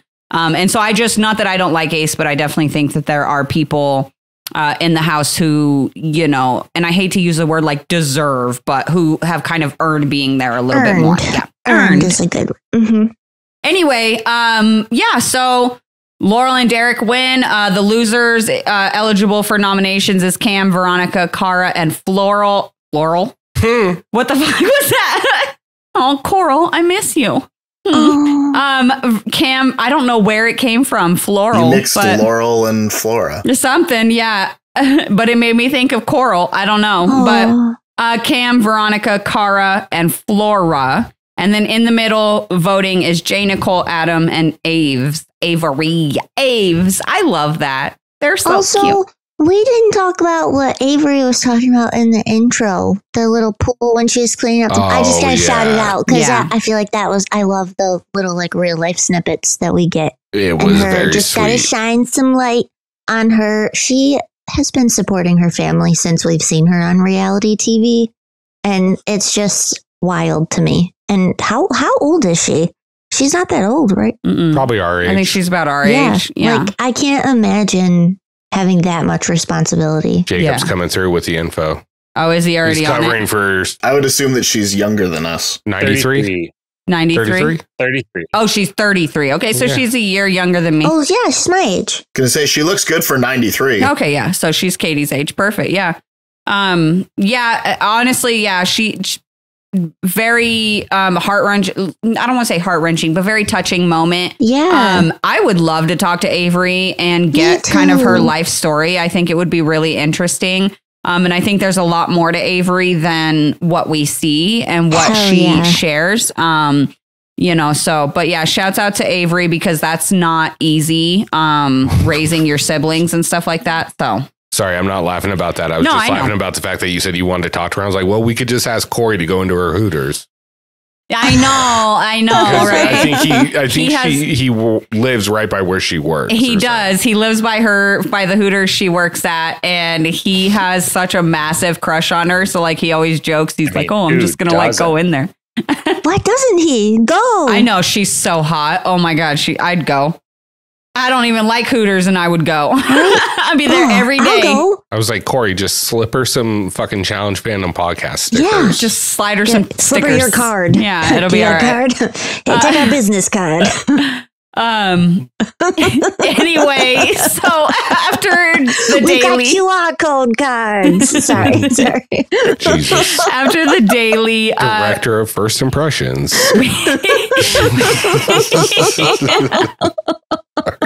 We head back to the house. And this is kind of where we just start kind of getting all the random scenes. They're all kind of the same, but Laurel starts talking with various people about how she wants to go in and she wants to send Cara home. She even has a little sweet little confessional where she talks about how, one of the biggest debates is, who's the best on the challenge, and says that, she wants to put that to rest, and she quote unquote wants to eat Cara's ego. So she's going full CT Savage mode in these confessionals here. She wants to smash heads and eat them. So she did also say that she won twice against Cara, which granted she did, but one of them was a punching holes in the wall competition with a broken hand. Yeah, but she still would have. I still think she still would have wrecked Cara in that, whether her hand was broken or not. Cara wasn't in like that. Cara didn't have that yet at that point in her game. Not that she wasn't good, because Cara, in my opinion, has always been good. But like there was a point in Cara's career where like she flipped, and like that fiery side of Cara, and I think that's like what pushes Cara and like motivates her the best, in my opinion.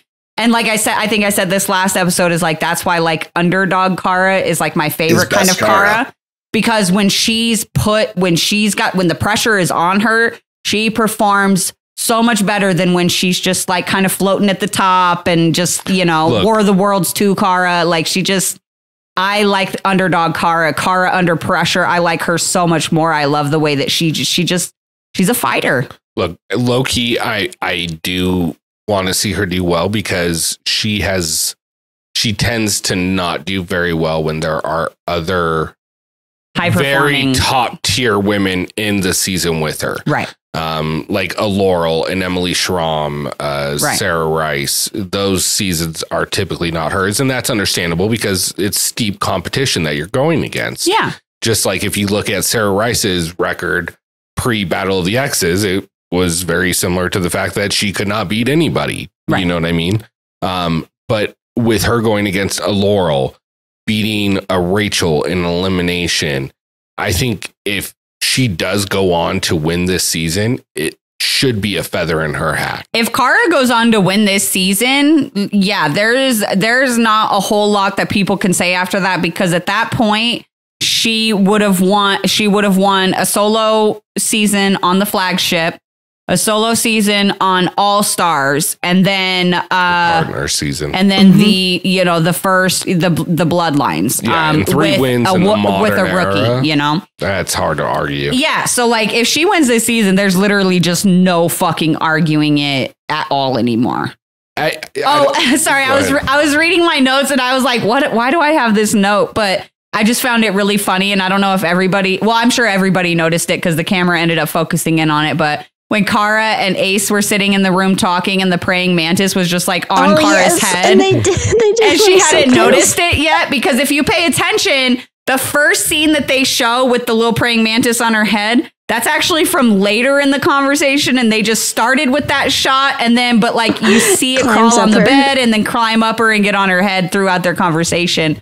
So I just found that so funny though. And she was just like, oh. Did you notice that they gave the praying mantis subtitles? Yep. Yes. I don't know what it said though. I didn't catch it. I didn't catch it, but I know they gave it subtitles. I was like, it said you should go in. Is that what it said? Because I know she said, what should I do? Still easier to understand than Nicole.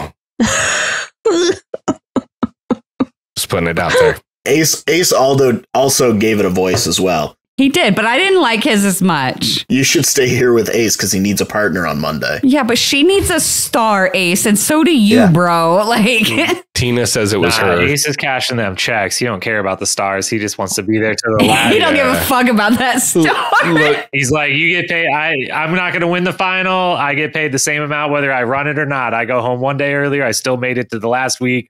I still get paid off of that. I'm good. He's chilling.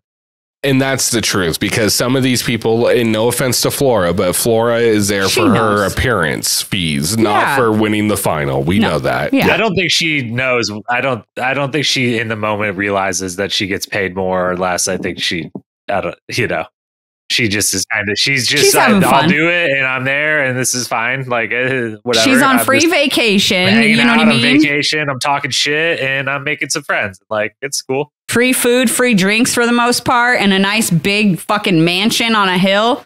Fuck yeah. Yes, please. Just take me.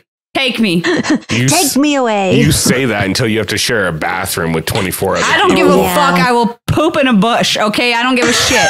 Okay. Alexis will piss in the field. Corrina's going to poop in a bush. Yeah. If you make that my nickname at the end of this show, I'm going to punch you. Michigan's going to be fun. I'm not making any promises. We haven't done that all episode. Yeah. That's why I threw it in there. Okay. So sorry. I know No, I just I'm going to push it forward, which is, I think the main part of this whole portion of the episode is the conversation that Laurel and Kam have. Yeah. What do you guys think about this situation with Laurel and Kam? I don't like it. I don't like it. I think Kam blew it. I think Kam missed Laurel saying a very specific word and did not fucking push on that. Yeah, that's pretty much my tentative plan. Yeah, or I'm leaning towards it. Well, I'm leaning towards not being in the fucking elimination, Laurel. Thank you. Because look here. Okay, sorry. No, I'm gonna save it. You guys go ahead. I'll save it. I'll say what I have to say. I said what I had to say. Yeah. Okay.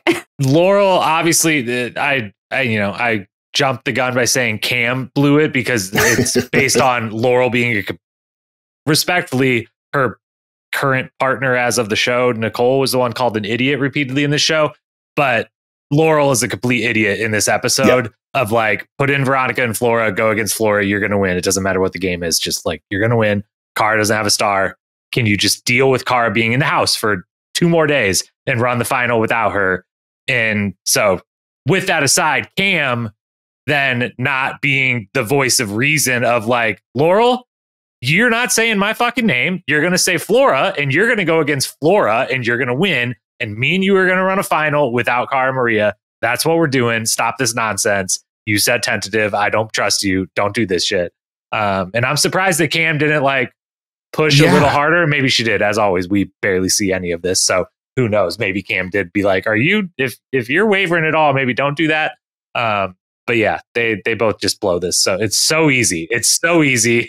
And obviously this is way more entertaining. It would have been boring as hell to watch Laurel be like, I'll play Flora in this and get my star. But And here's my thing, because in this moment, this was where I kind of had a little bit of another realization, because in my head, if Laurel really wanted to go against Cara, she didn't have to put Kam down. She could have put it Veronica versus Cara and then replaced Veronica, right? She could have put it Flora versus Cara and replaced Flora and then just taken Veronica's star once she beat her or whatever. So here's now my thought.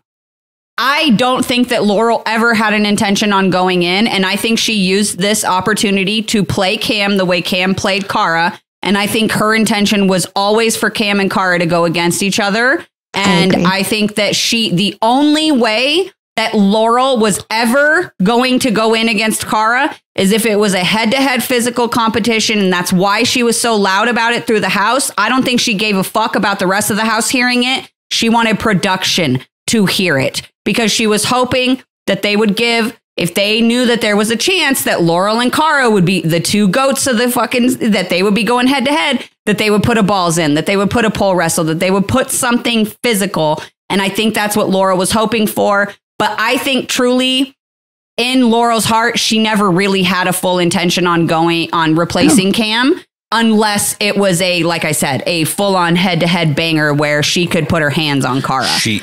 Well, even last episode, she was saying after her and Kam were talking when she's in a confessional, she's like, well, either way, a strong person goes home. Right. Right. And well, she says it this episode, she goes, worst case scenario. Kam goes home, but still good for my game. Yeah. Because Kam's out of the game. And that's the thing is, I agree 100%. The only way she knew from go that the only way she was doing it is if she walked in, just like Fessy walked in and saw Hollabaugh, she would have been like, yep, send me down there. That's it. I want the balls in against Cara. Send me down there. Pole wrestle, send me down there. I'll do it. But to me, it gave me the same kind of vibes as like the whole thing against Michelle on season 39, right? Where Laurel literally talked on Twitter and stuff like that about how, she made so many comments and all this stuff and told production, I want to go against Michelle. I want to do something physical like a Hollabaugh, blah, blah, blah. And then they didn't give her anything. And Laurel was like, this should be your guys' sign that the challenge really isn't rigged because I said blah, blah, blah, blah, blah. And they didn't do it.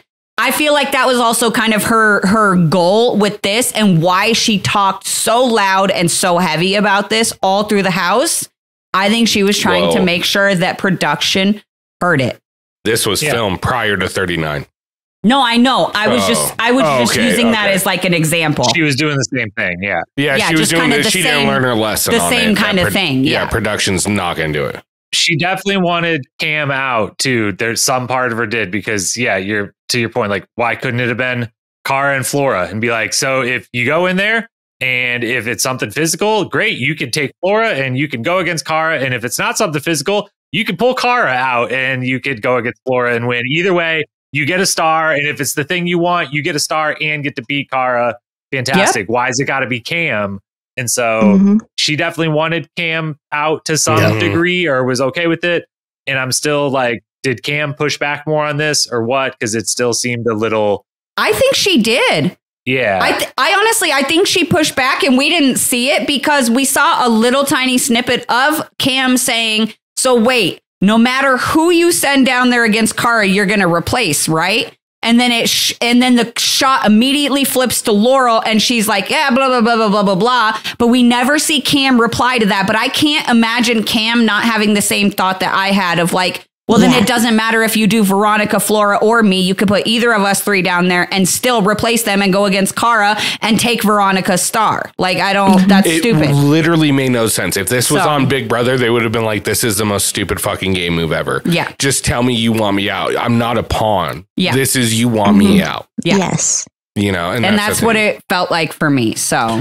I mean, I thought nominations were pretty funny when Adam was like, it's about time Kam and Cara go against each other. Yeah. But I did like, too, he said he called Cara and Kam warriors. Yeah, these two warriors have been going at each other all season. It's time for them to go head to head.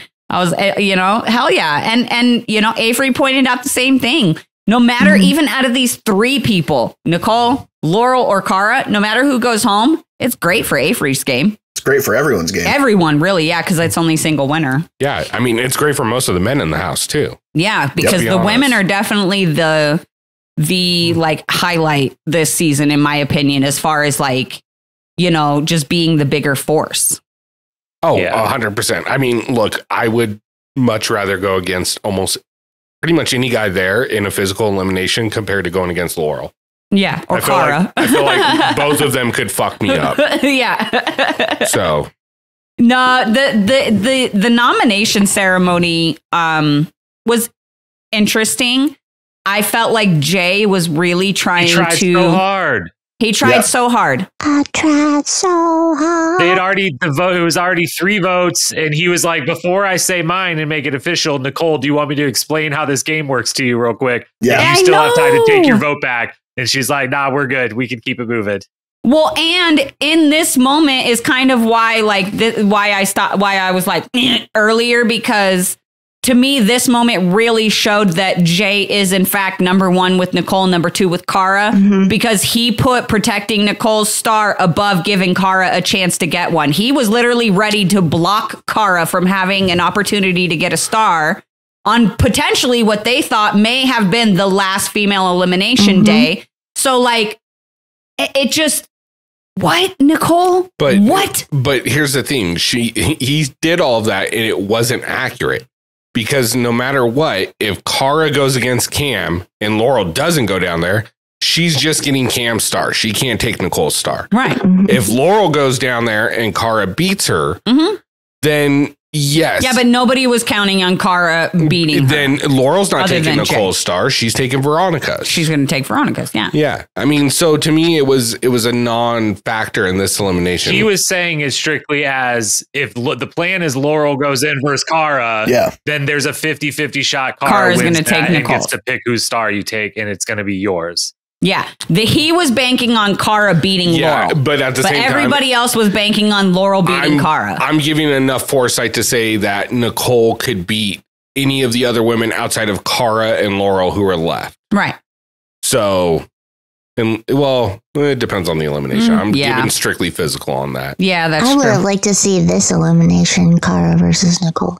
Ooh. This would have been a good one. I think it would have been a really good elimination. I really liked it. It was nonetheless. I mean, but yeah, no, it was really fucking good. And before we break into that, I just want to say I really freaking liked how Adam closed out nominations. He was like, "Well, let's at least give them enough time to pack." I was like, "Damn, bro, cold as ice." And he said something about like, and we've got to get set up or something like that. And I was like, this is where the gold pants come in. Yeah, he's like, you know how long it's going to take me to put these things on? They're obviously someone else's, right? Because they don't fit him. Whose were they? Where'd they come from? Someone said they were Avery's. Nobody else is going to frost these tips. Yeah, they're probably Avery's. That would make sense. Yeah, I'm willing to bet they're Ryan's. He borrowed them from Avery. Derek. Ryan or Derek would be a really good guess. I just had a light bulb. I forgot. I have to tell you guys. Tell us. They're Flora's? No. Oh. Sorry. No, this is a squirrel moment, but I have to. Ryan and I have the same tattoo. What? I saw he got a Be Brave Live on the inside of his arm, and that's part of my quote. So now I want to know, because mine is from a Buffy quote. So I wonder if that's where his is from, or if it was just a one-off. But I saw that. I noticed it in the confessional. I was like, twinning. That's awesome. It's where mine's from. I'm joking. I don't have that. You're such a dork. Rude. Mine's Firefly, not Buffy. Yeah. Mine's Dragon Ball. Not Sended Alien. I'm shocked by that. Oh my God. This is my shock face. All right, let's get into this elimination. I just looked back down at my notes, and my first note under the elimination is just Adam's gold pants. I love gold. I like gold. I love Adam. I love him so much. And these pants were very interesting. And I was like, I like your pants. Somebody said Gold Dust from WWF, and that fucking got me. That fucking got me. Who said that? I forget who said that. I don't know. Oh my God. It was fucking good. I don't know. No, but it's amazing. I loved it. I loved his pants. Fucking rock those shiny gold pants, Adam. Do it. Do it. Yeah, no, they were well played. Did everybody notice Laurel? Like the second she stepped into the arena, she was like scoping out the elimination and stuff. I was like, girl, stop pretending like you're going in there. Okay. Like the jig is up. She was looking for that rope around the ring. That's she was hoping, or a bucket in the middle. Yeah, or a bucket in the middle. That's it. Nicole too. Fucking Nicole. Trying to be like nostalgic, quoting her dad about bets. What? I must have missed it completely. I didn't understand it. Oh, I don't even remember. It was something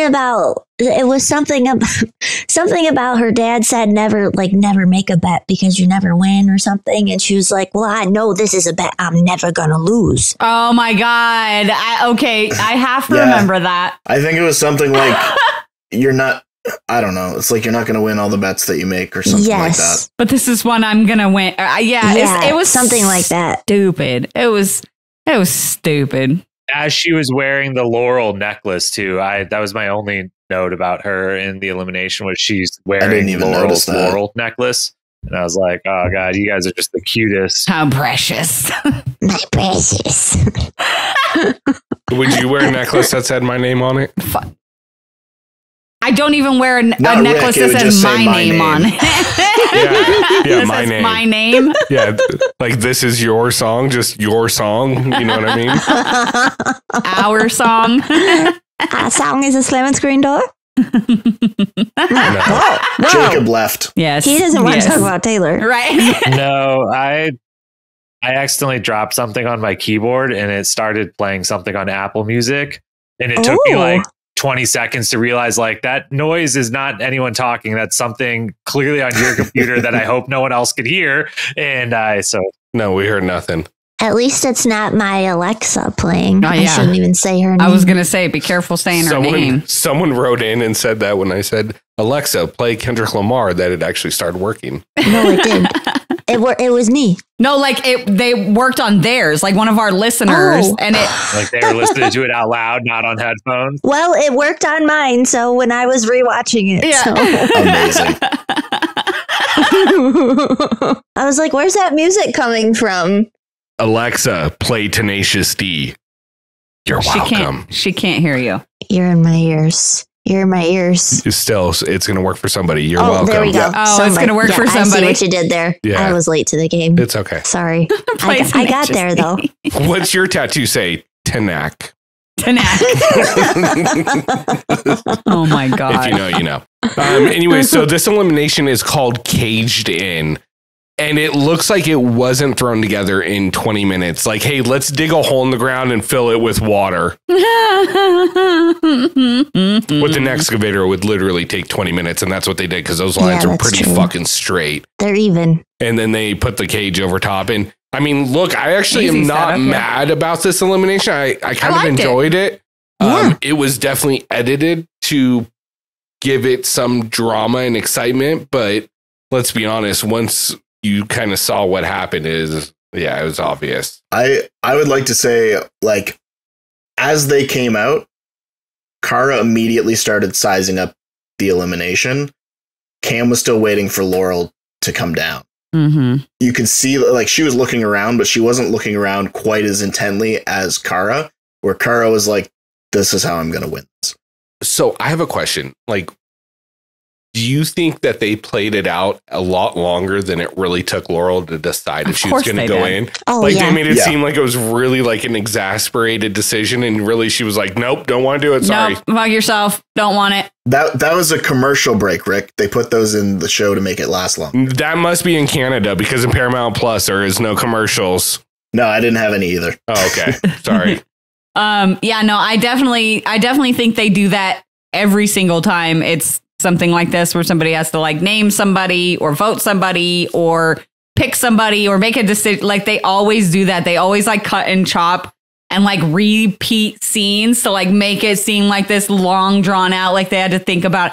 No, I think Laurel was like, I think she said what she said where she was like, yeah, this was not the one I was hoping for. So I'm going to pass. Like that's literally how I think it went. And they just added in all the other stupid shit.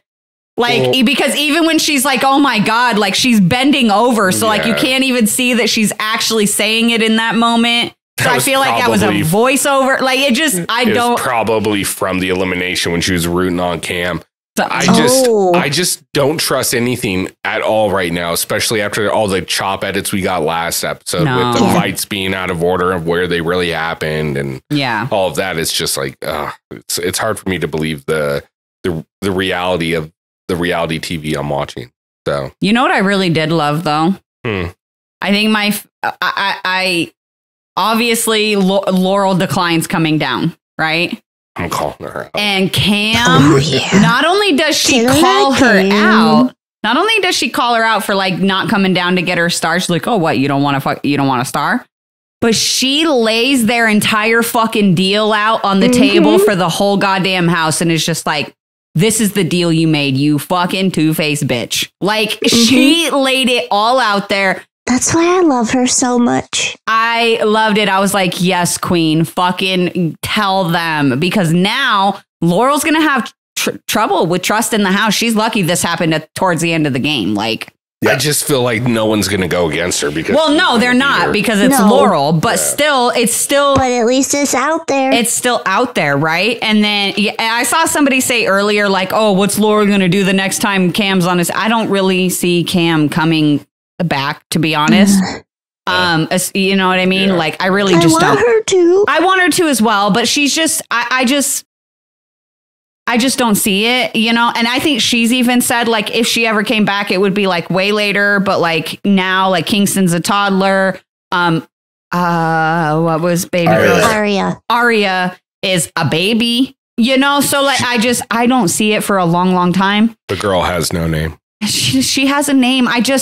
I don't know why I can't remember it. Because it's Aria.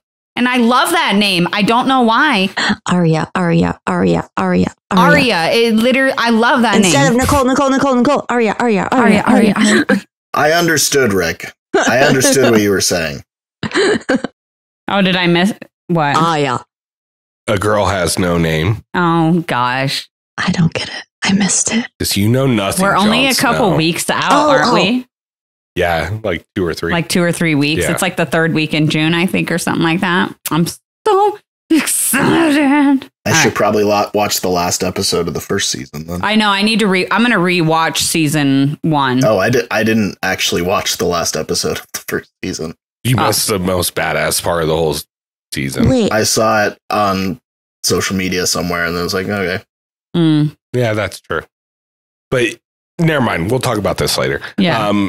That's for our Patreon. Yeah, no, I do like the fact that Kam, maybe our OnlyFans, never know. No, I do think that y'all got an OnlyFans. Did you know? You haven't invited me to collab on there yet. What the fuck?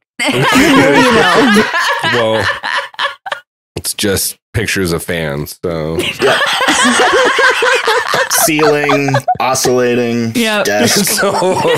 I got some great fans around this apartment. I got box fans, airboats. They have fans. Sorry, I can't stop now. Seems safe. So Laurel declines coming down. Kam just spreads her business out for everybody to fucking know. It's amazing. I love it.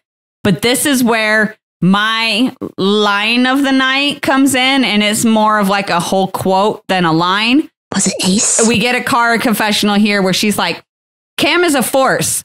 Whether it's an elimination or a final, she's a dominant queen, and I have nothing but respect for her.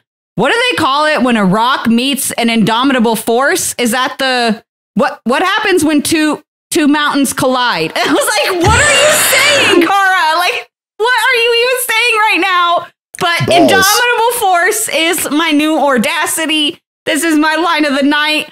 It is amazing. I loved every single second of it. But the whole time I was just like, what are you saying? What are you trying? Where are you going with this? Words are hard. I don't understand the path we just took, but two mountains collide. That's what she says. She says, what happens when two mountains collide? I was like, What? I She don't could know. have just played I it think up so much she's better. trying to like the whole idea of like two giants, right? Like two giants going at each other, but she did not know what she was trying to say. She could have just said collision course and we would have got it.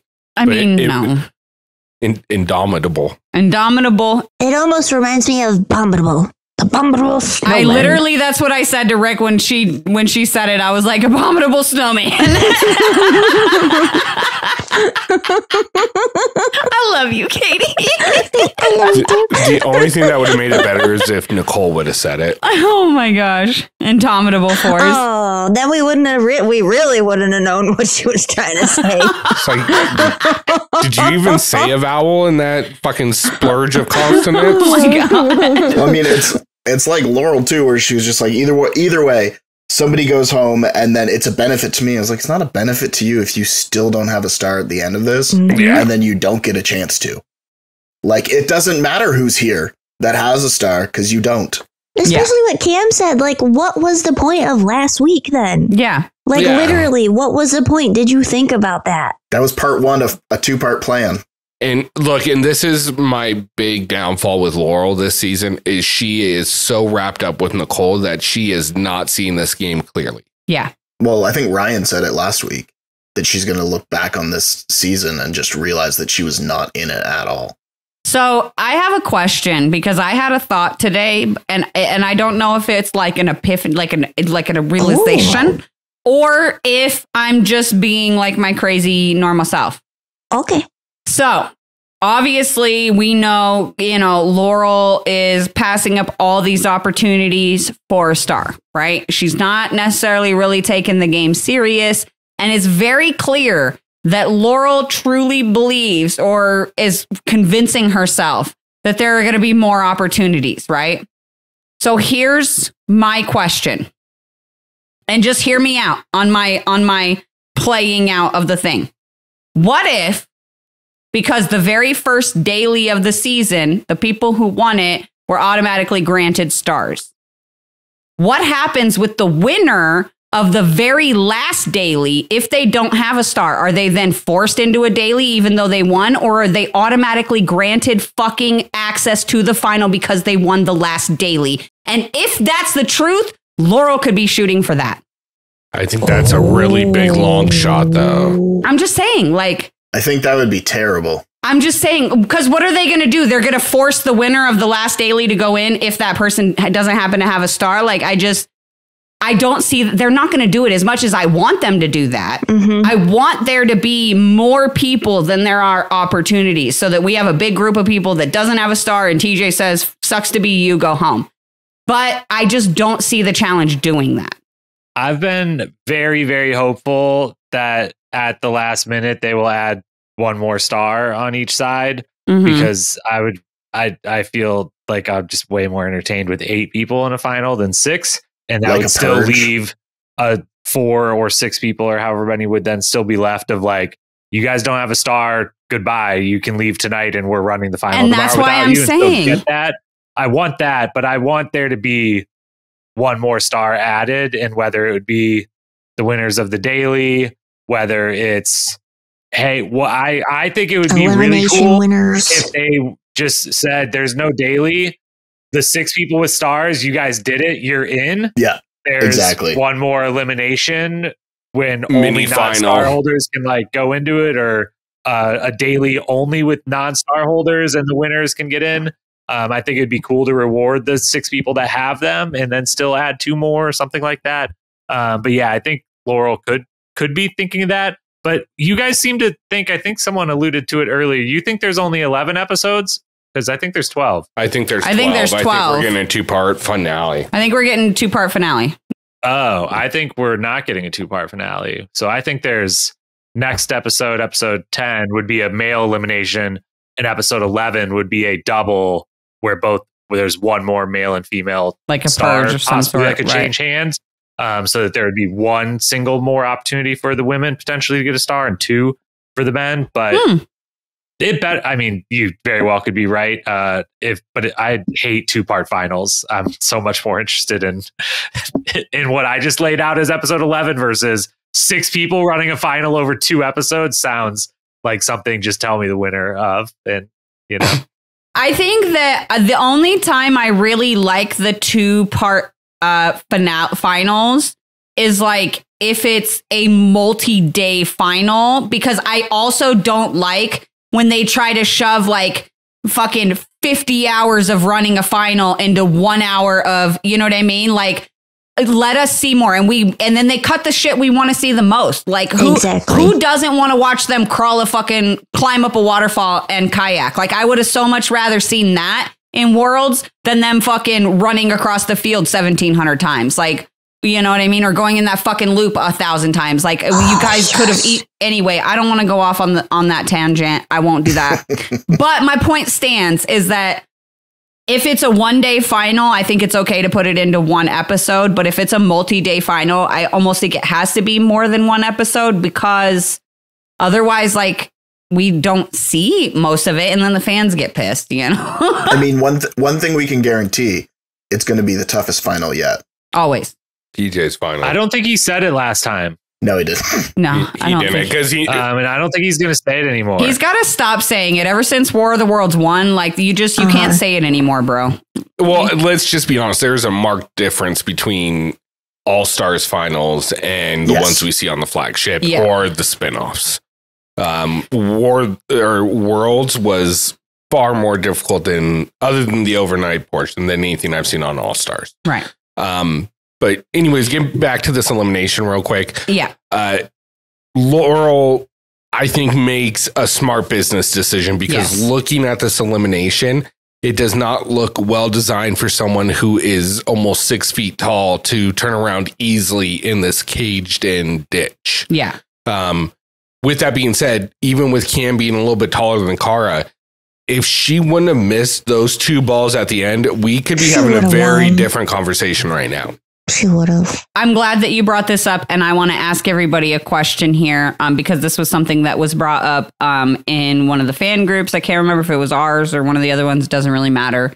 But it kind of irritated me a little bit. Leroy is taking some fucking heat right now for apparently not screaming at Kam over and over that she forgot the 2 balls in the back, and apparently he didn't say anything. And saying, hey, babe, you forgot one ball. Hang on. This person literally commented to me and said that it's different than him saying, hey, babe, you forgot one ball back there, is different than her telling her she forgot balls in the back. Those were the literal words typed to me online. And I almost had my brain almost exploded trying to make sense of that, first of fucking all.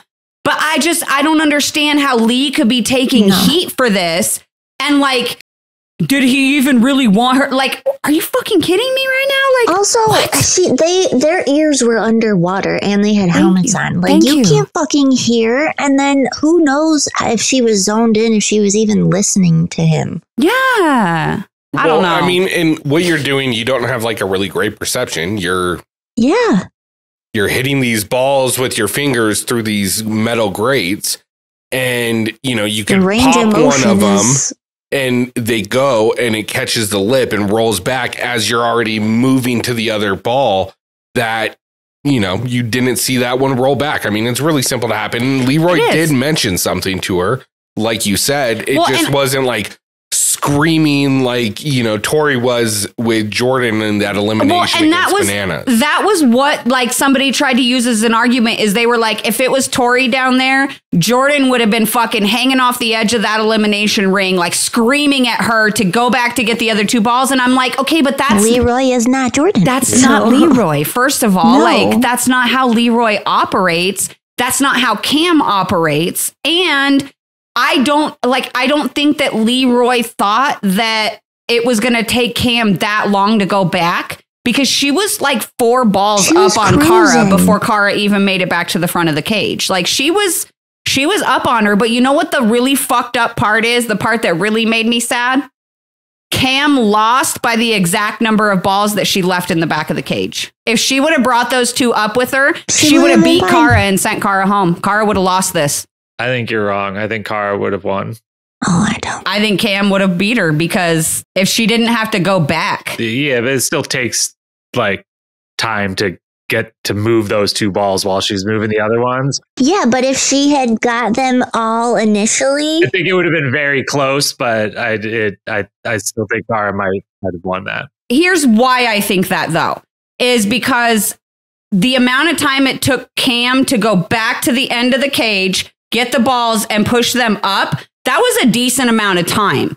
So if she did it and Cara only beat her by 2 balls, which is less time to get in the water, get it out of the hole and put it in the bucket, in my opinion, than going all the way back to the cage and then having to fucking do the little 2 fingers one at a time. I think it still would have been very, very close, but I would take Kam not 10 balls to 9 balls over Cara in this moment if she had brought all 10 up front with her to start with. Cara slowed down a lot is the other thing is the other reason. I think Cara stood once she had about 6 or 7 out, was, observing the field and very well knew, oh, there's a ball all the way down there. Like this is over. And I don't know. I think she could have gone faster or would have been going faster if she's like, fuck, I'm about to lose or whatever. But I think it would have been close either way. It definitely was the mistake because the definite strategy is bring them all at once, only have to do the length of this thing one time for sure. Yeah, I mean, I think it's too hard of a what if, too many variables to go in to say what would happen, because I did notice that Cara did slow down when she noticed that Kam was going to have to go back. But we don't know if she would have done that not knowing Kam has to go back. We don't know. There's just too many variables to say. I think it would have been really fucking close, at least by what they showed in the edit. Yeah. Really, really close.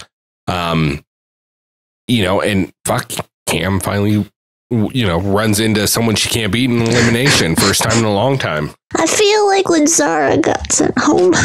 And also, like, I'm not okay. Are you ready to be even more not okay? No. 'Cause I'm your lady. I mean, can we just... Oh my God, I fucking cried. I was like... Can we just be honest? The fact that Leroy ran down there. He fucking to ran Celine Dion to say goodbye to his woman. I mean, like, can we say that there's any more of like a fucking power couple on the challenge right now? Dude. The power of love.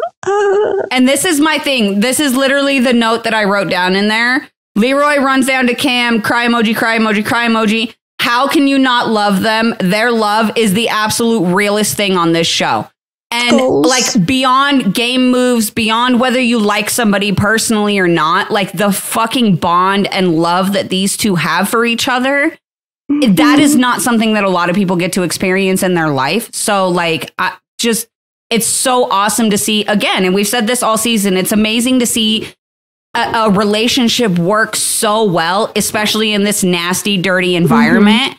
And where they started from too. And like, my heart, dude, I loved it. Seeing him jump off that stage and run to her. Like it was just so sweet. And then their closing dual confessional where he's like, give me that bag. And she's like, give me that bag. Like, I love how they support each other, how they love each other. And there was no like ill feelings about her having to go home and him stay. Like it was just, it's just pure love. And I love them. Even if I don't always agree with the choices that they make, I'm not always a massive fan of Kam, but them together, Camroy and just them as a couple and them as building their family and stuff, just, I fucking love them. I love them. I did think of something I forgot during the daily. I just think it's funny because if it were anyone else that Leroy were partnered with, I feel like he would have been so pissed.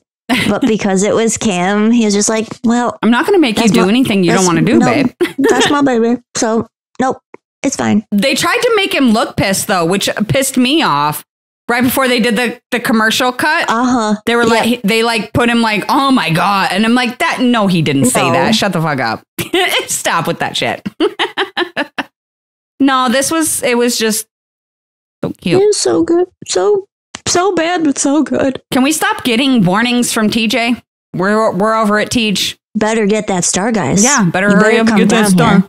I love you, Teach, but you say that every episode. Nobody's taking you serious. Nobody. Which is why next week, everybody who doesn't have a star, piss off. I doubt it. God. Although the daily next episode looks like it's going to be some kind of multi-stage mini final kind of thing. And that's also part of why I thought it might be like some sort of purge, because they usually do some sort of purge when they do a mini final type of a thing. I bet it's going to be individual, but I would love, because it's uneven people now. Yes. But it would be amazing if it was pairs and Leroy would be like, so Cara, I know you and Ace. I just know you and Ace got a good thing going. I know we didn't exactly work together, but Kam ain't here. And I ain't trying to partner with Veronica or Flora. So what you say we be friends again and go run this final together, girl? And she would be like, what it do? You owe me a final. So too bad Ace is a perfect human being. Sorry about that. Can't ditch Ace. Watch Ace partner with Laurel and they win. Oh my God, that would be hilarious. But yeah, I liked this episode, but I think, again, it took me back to, and we talked about this at the end of last episode, is that every time we get like a super fire episode, the next episode is just kind of like a little stroll in the park, just like, just like, and I felt like this episode was definitely a lot lighter than last episode. And, there wasn't as much that kind of went on. But it was still fun to watch. And I actually liked the daily and the elimination more this week than I did last week. So, yeah, that's fair. I mean, to me, it's not as good as last week. But if you start having multiple episodes like you did last week, it gets to be too much of an intense season for me. Right. Yeah. So I appreciate that it's been sprinkled in and not throughout the whole season. Yeah. I'm looking forward to see next week. As far as my MVP, for the women, it's Cara. Honorable mention to Veronica for never giving up in that fucking daily and kept going for a minimum 4 times, maybe more. Nice. And then line of the night, Nicole. I'm choking on it, Nicole. Yeah. That's pretty funny. And my MVPs, obviously MVP to Cara. I mean, I'd like to give it to someone else just because, like, I don't. But she had a good. I don't know. This one's a hard one to give an MVP to because it wasn't like, in my opinion, this wasn't one. If Laurel had gone down, then she would have got. This one didn't really feel like anybody kind of made really any moves. It was just kind of like the flow of what happened. But go ahead. I'm going to let you go first. Sorry. And again, I know a lot of people are mad and, whatever. I truly, really feel like this 98% of it was pre-planned, premeditated by Laurel. So I am going to give her a shout out, not an MVP or an honorable mention, but just shout out for getting two of the best players in the house into elimination against each other. However, get your goddamn star, Laurel. I want to see you and Cara run this final against each other. That's what we want. Cue High School Musical. We got to get your head in the game. Get your head in the game. Get your head in the game. So MVP to Cara, and definitely, I just feel like there's so many people. Like, shout out to Veronica. Shout out to Kam, man. She had a great season for coming back 8 months postpartum from a C-section, pumping and just so much shit went into her season, and all of that she did really well. So, shout out to her too. I feel like there's a lot of MVPs this right now that I can't pick. So shout out to all those people. Well, I can't pick an MVP, so I'm giving mine to the praying mantis. Oh, that's, you know what? Praying mantis had runner up to line of the night. It's true. Yeah. Well, my line of the night is the Indomitable force. I love that. I actually have one that we didn't talk about. Ooh. And it was Ace and how he was talking about Kam when we find out that Laurel's not going down. And he said something before this, but he said, Kam has a stare that can stop your heart. I was like, that's not wrong. Yeah. That's accurate. Yeah. Johnny, who you got? I did not find it difficult to find an MVP. Mine is Cara, and then honorable mention to Veronica, because despite the fact that she had a massive height disadvantage, she just kept on trucking. And then for men, Derek, because Derek's a badass this season. Yeah. And probably every season, we just don't get to see it. And honorable mention to Jay for being the only one who understood the easiest way to get a star for Laurel. and to protect Nicole's. Yeah. That could be my male honorable mention is Jay. And I will give my line of the night to Steve with, they've already sent me into 2 eliminations. What are they going to do? Send me in again? Boo-hoo. That was a good one. That was a real good one. He's so fun. He is. My MVP is Laurel, because I will remember, barring her getting a star, this will be maybe the first thing I think about of the whole season. It was just how ridiculously dumb she had an absolute layup of a situation to get a star and to possibly run a final where it's you or Leroy winning, or Adam. Respect on Adam, who is a quality athlete and smart.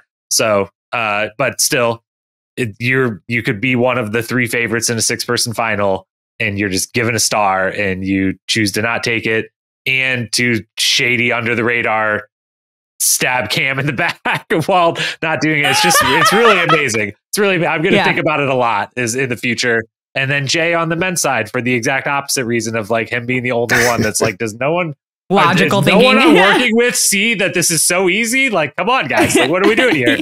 And no one cares. So yeah, those are my MVPs.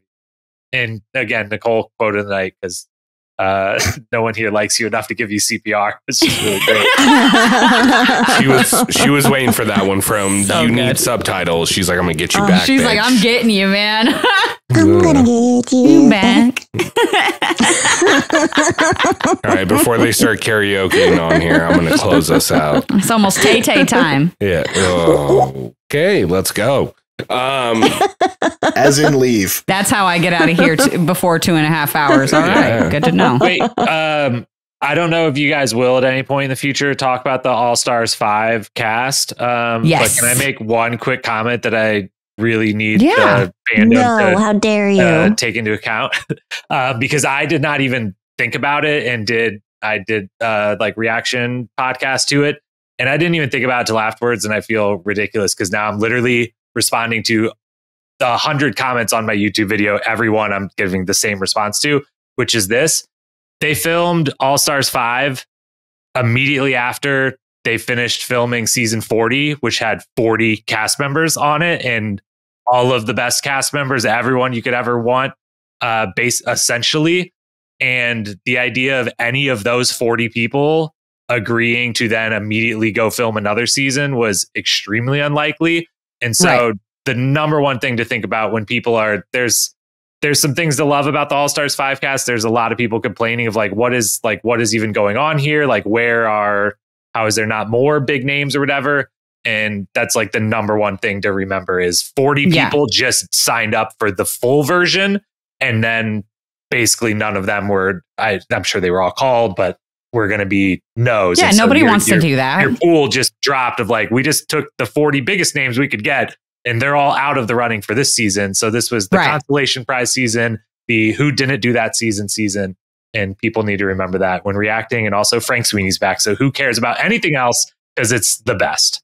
The only thing that matters. It's the only thing that matters. Oh, I was so excited for Jen too. And Don't. I'm gonna cry. We need to turn the podcast off. Sorry, I didn't say that. Just kidding. I got emotional when she was removed from the list. That's my number one pick. Well, even just scrolling, I was so excited. That's my number one pick over anyone. Yeah. I'd rather have her back over Evelyn, Landon, anyone. Literally number one pick. I love Jen. I do like me some Jen, but give me Coral over everyone. Yeah, I miss Coral. Nah. Just a confessional. Yeah, I mean that's a great idea, but no, shut up. It's But Jen. no, you suck. That's stupid. Can you imagine if we had Jen and Amanda on a season together? That would be Not all my ideas are stupid. Rude. Stupid. Rick's gonna get a bad edit. It's not. I already every week. Look, I did Mr. Tally last week. It can't get any worse. He begged me to remove that, and I was like, nope, it's staying. It's for the world now. It is for the world now. Whatever. Alexis's mistake got left. My wife and I do tally all the time.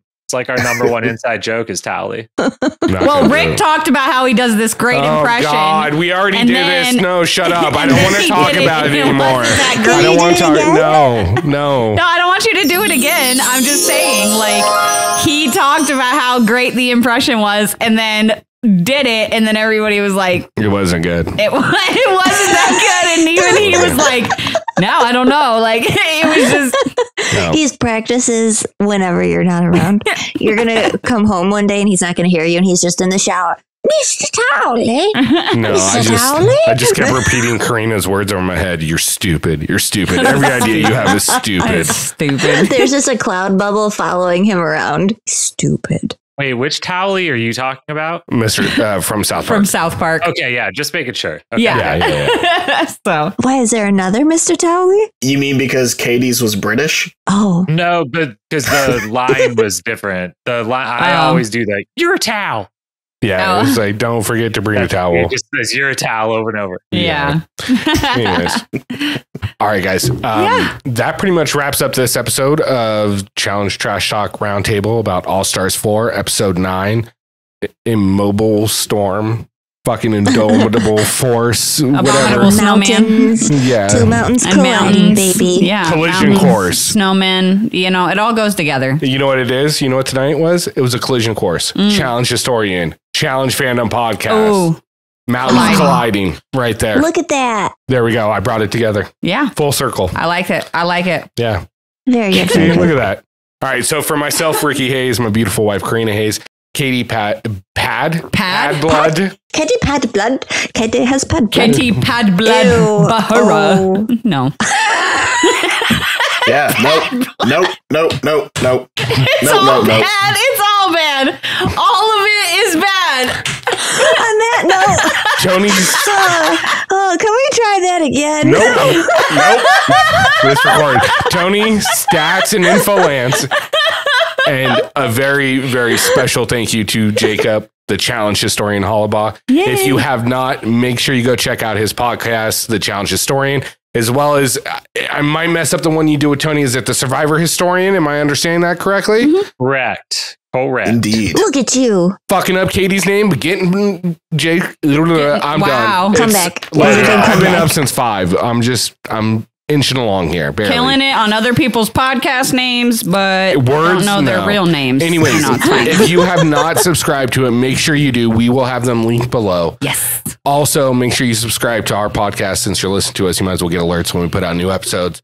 Make sure you download and rate us 5 stars. If you don't, leave them on Tony's Instagram at Biodilmer.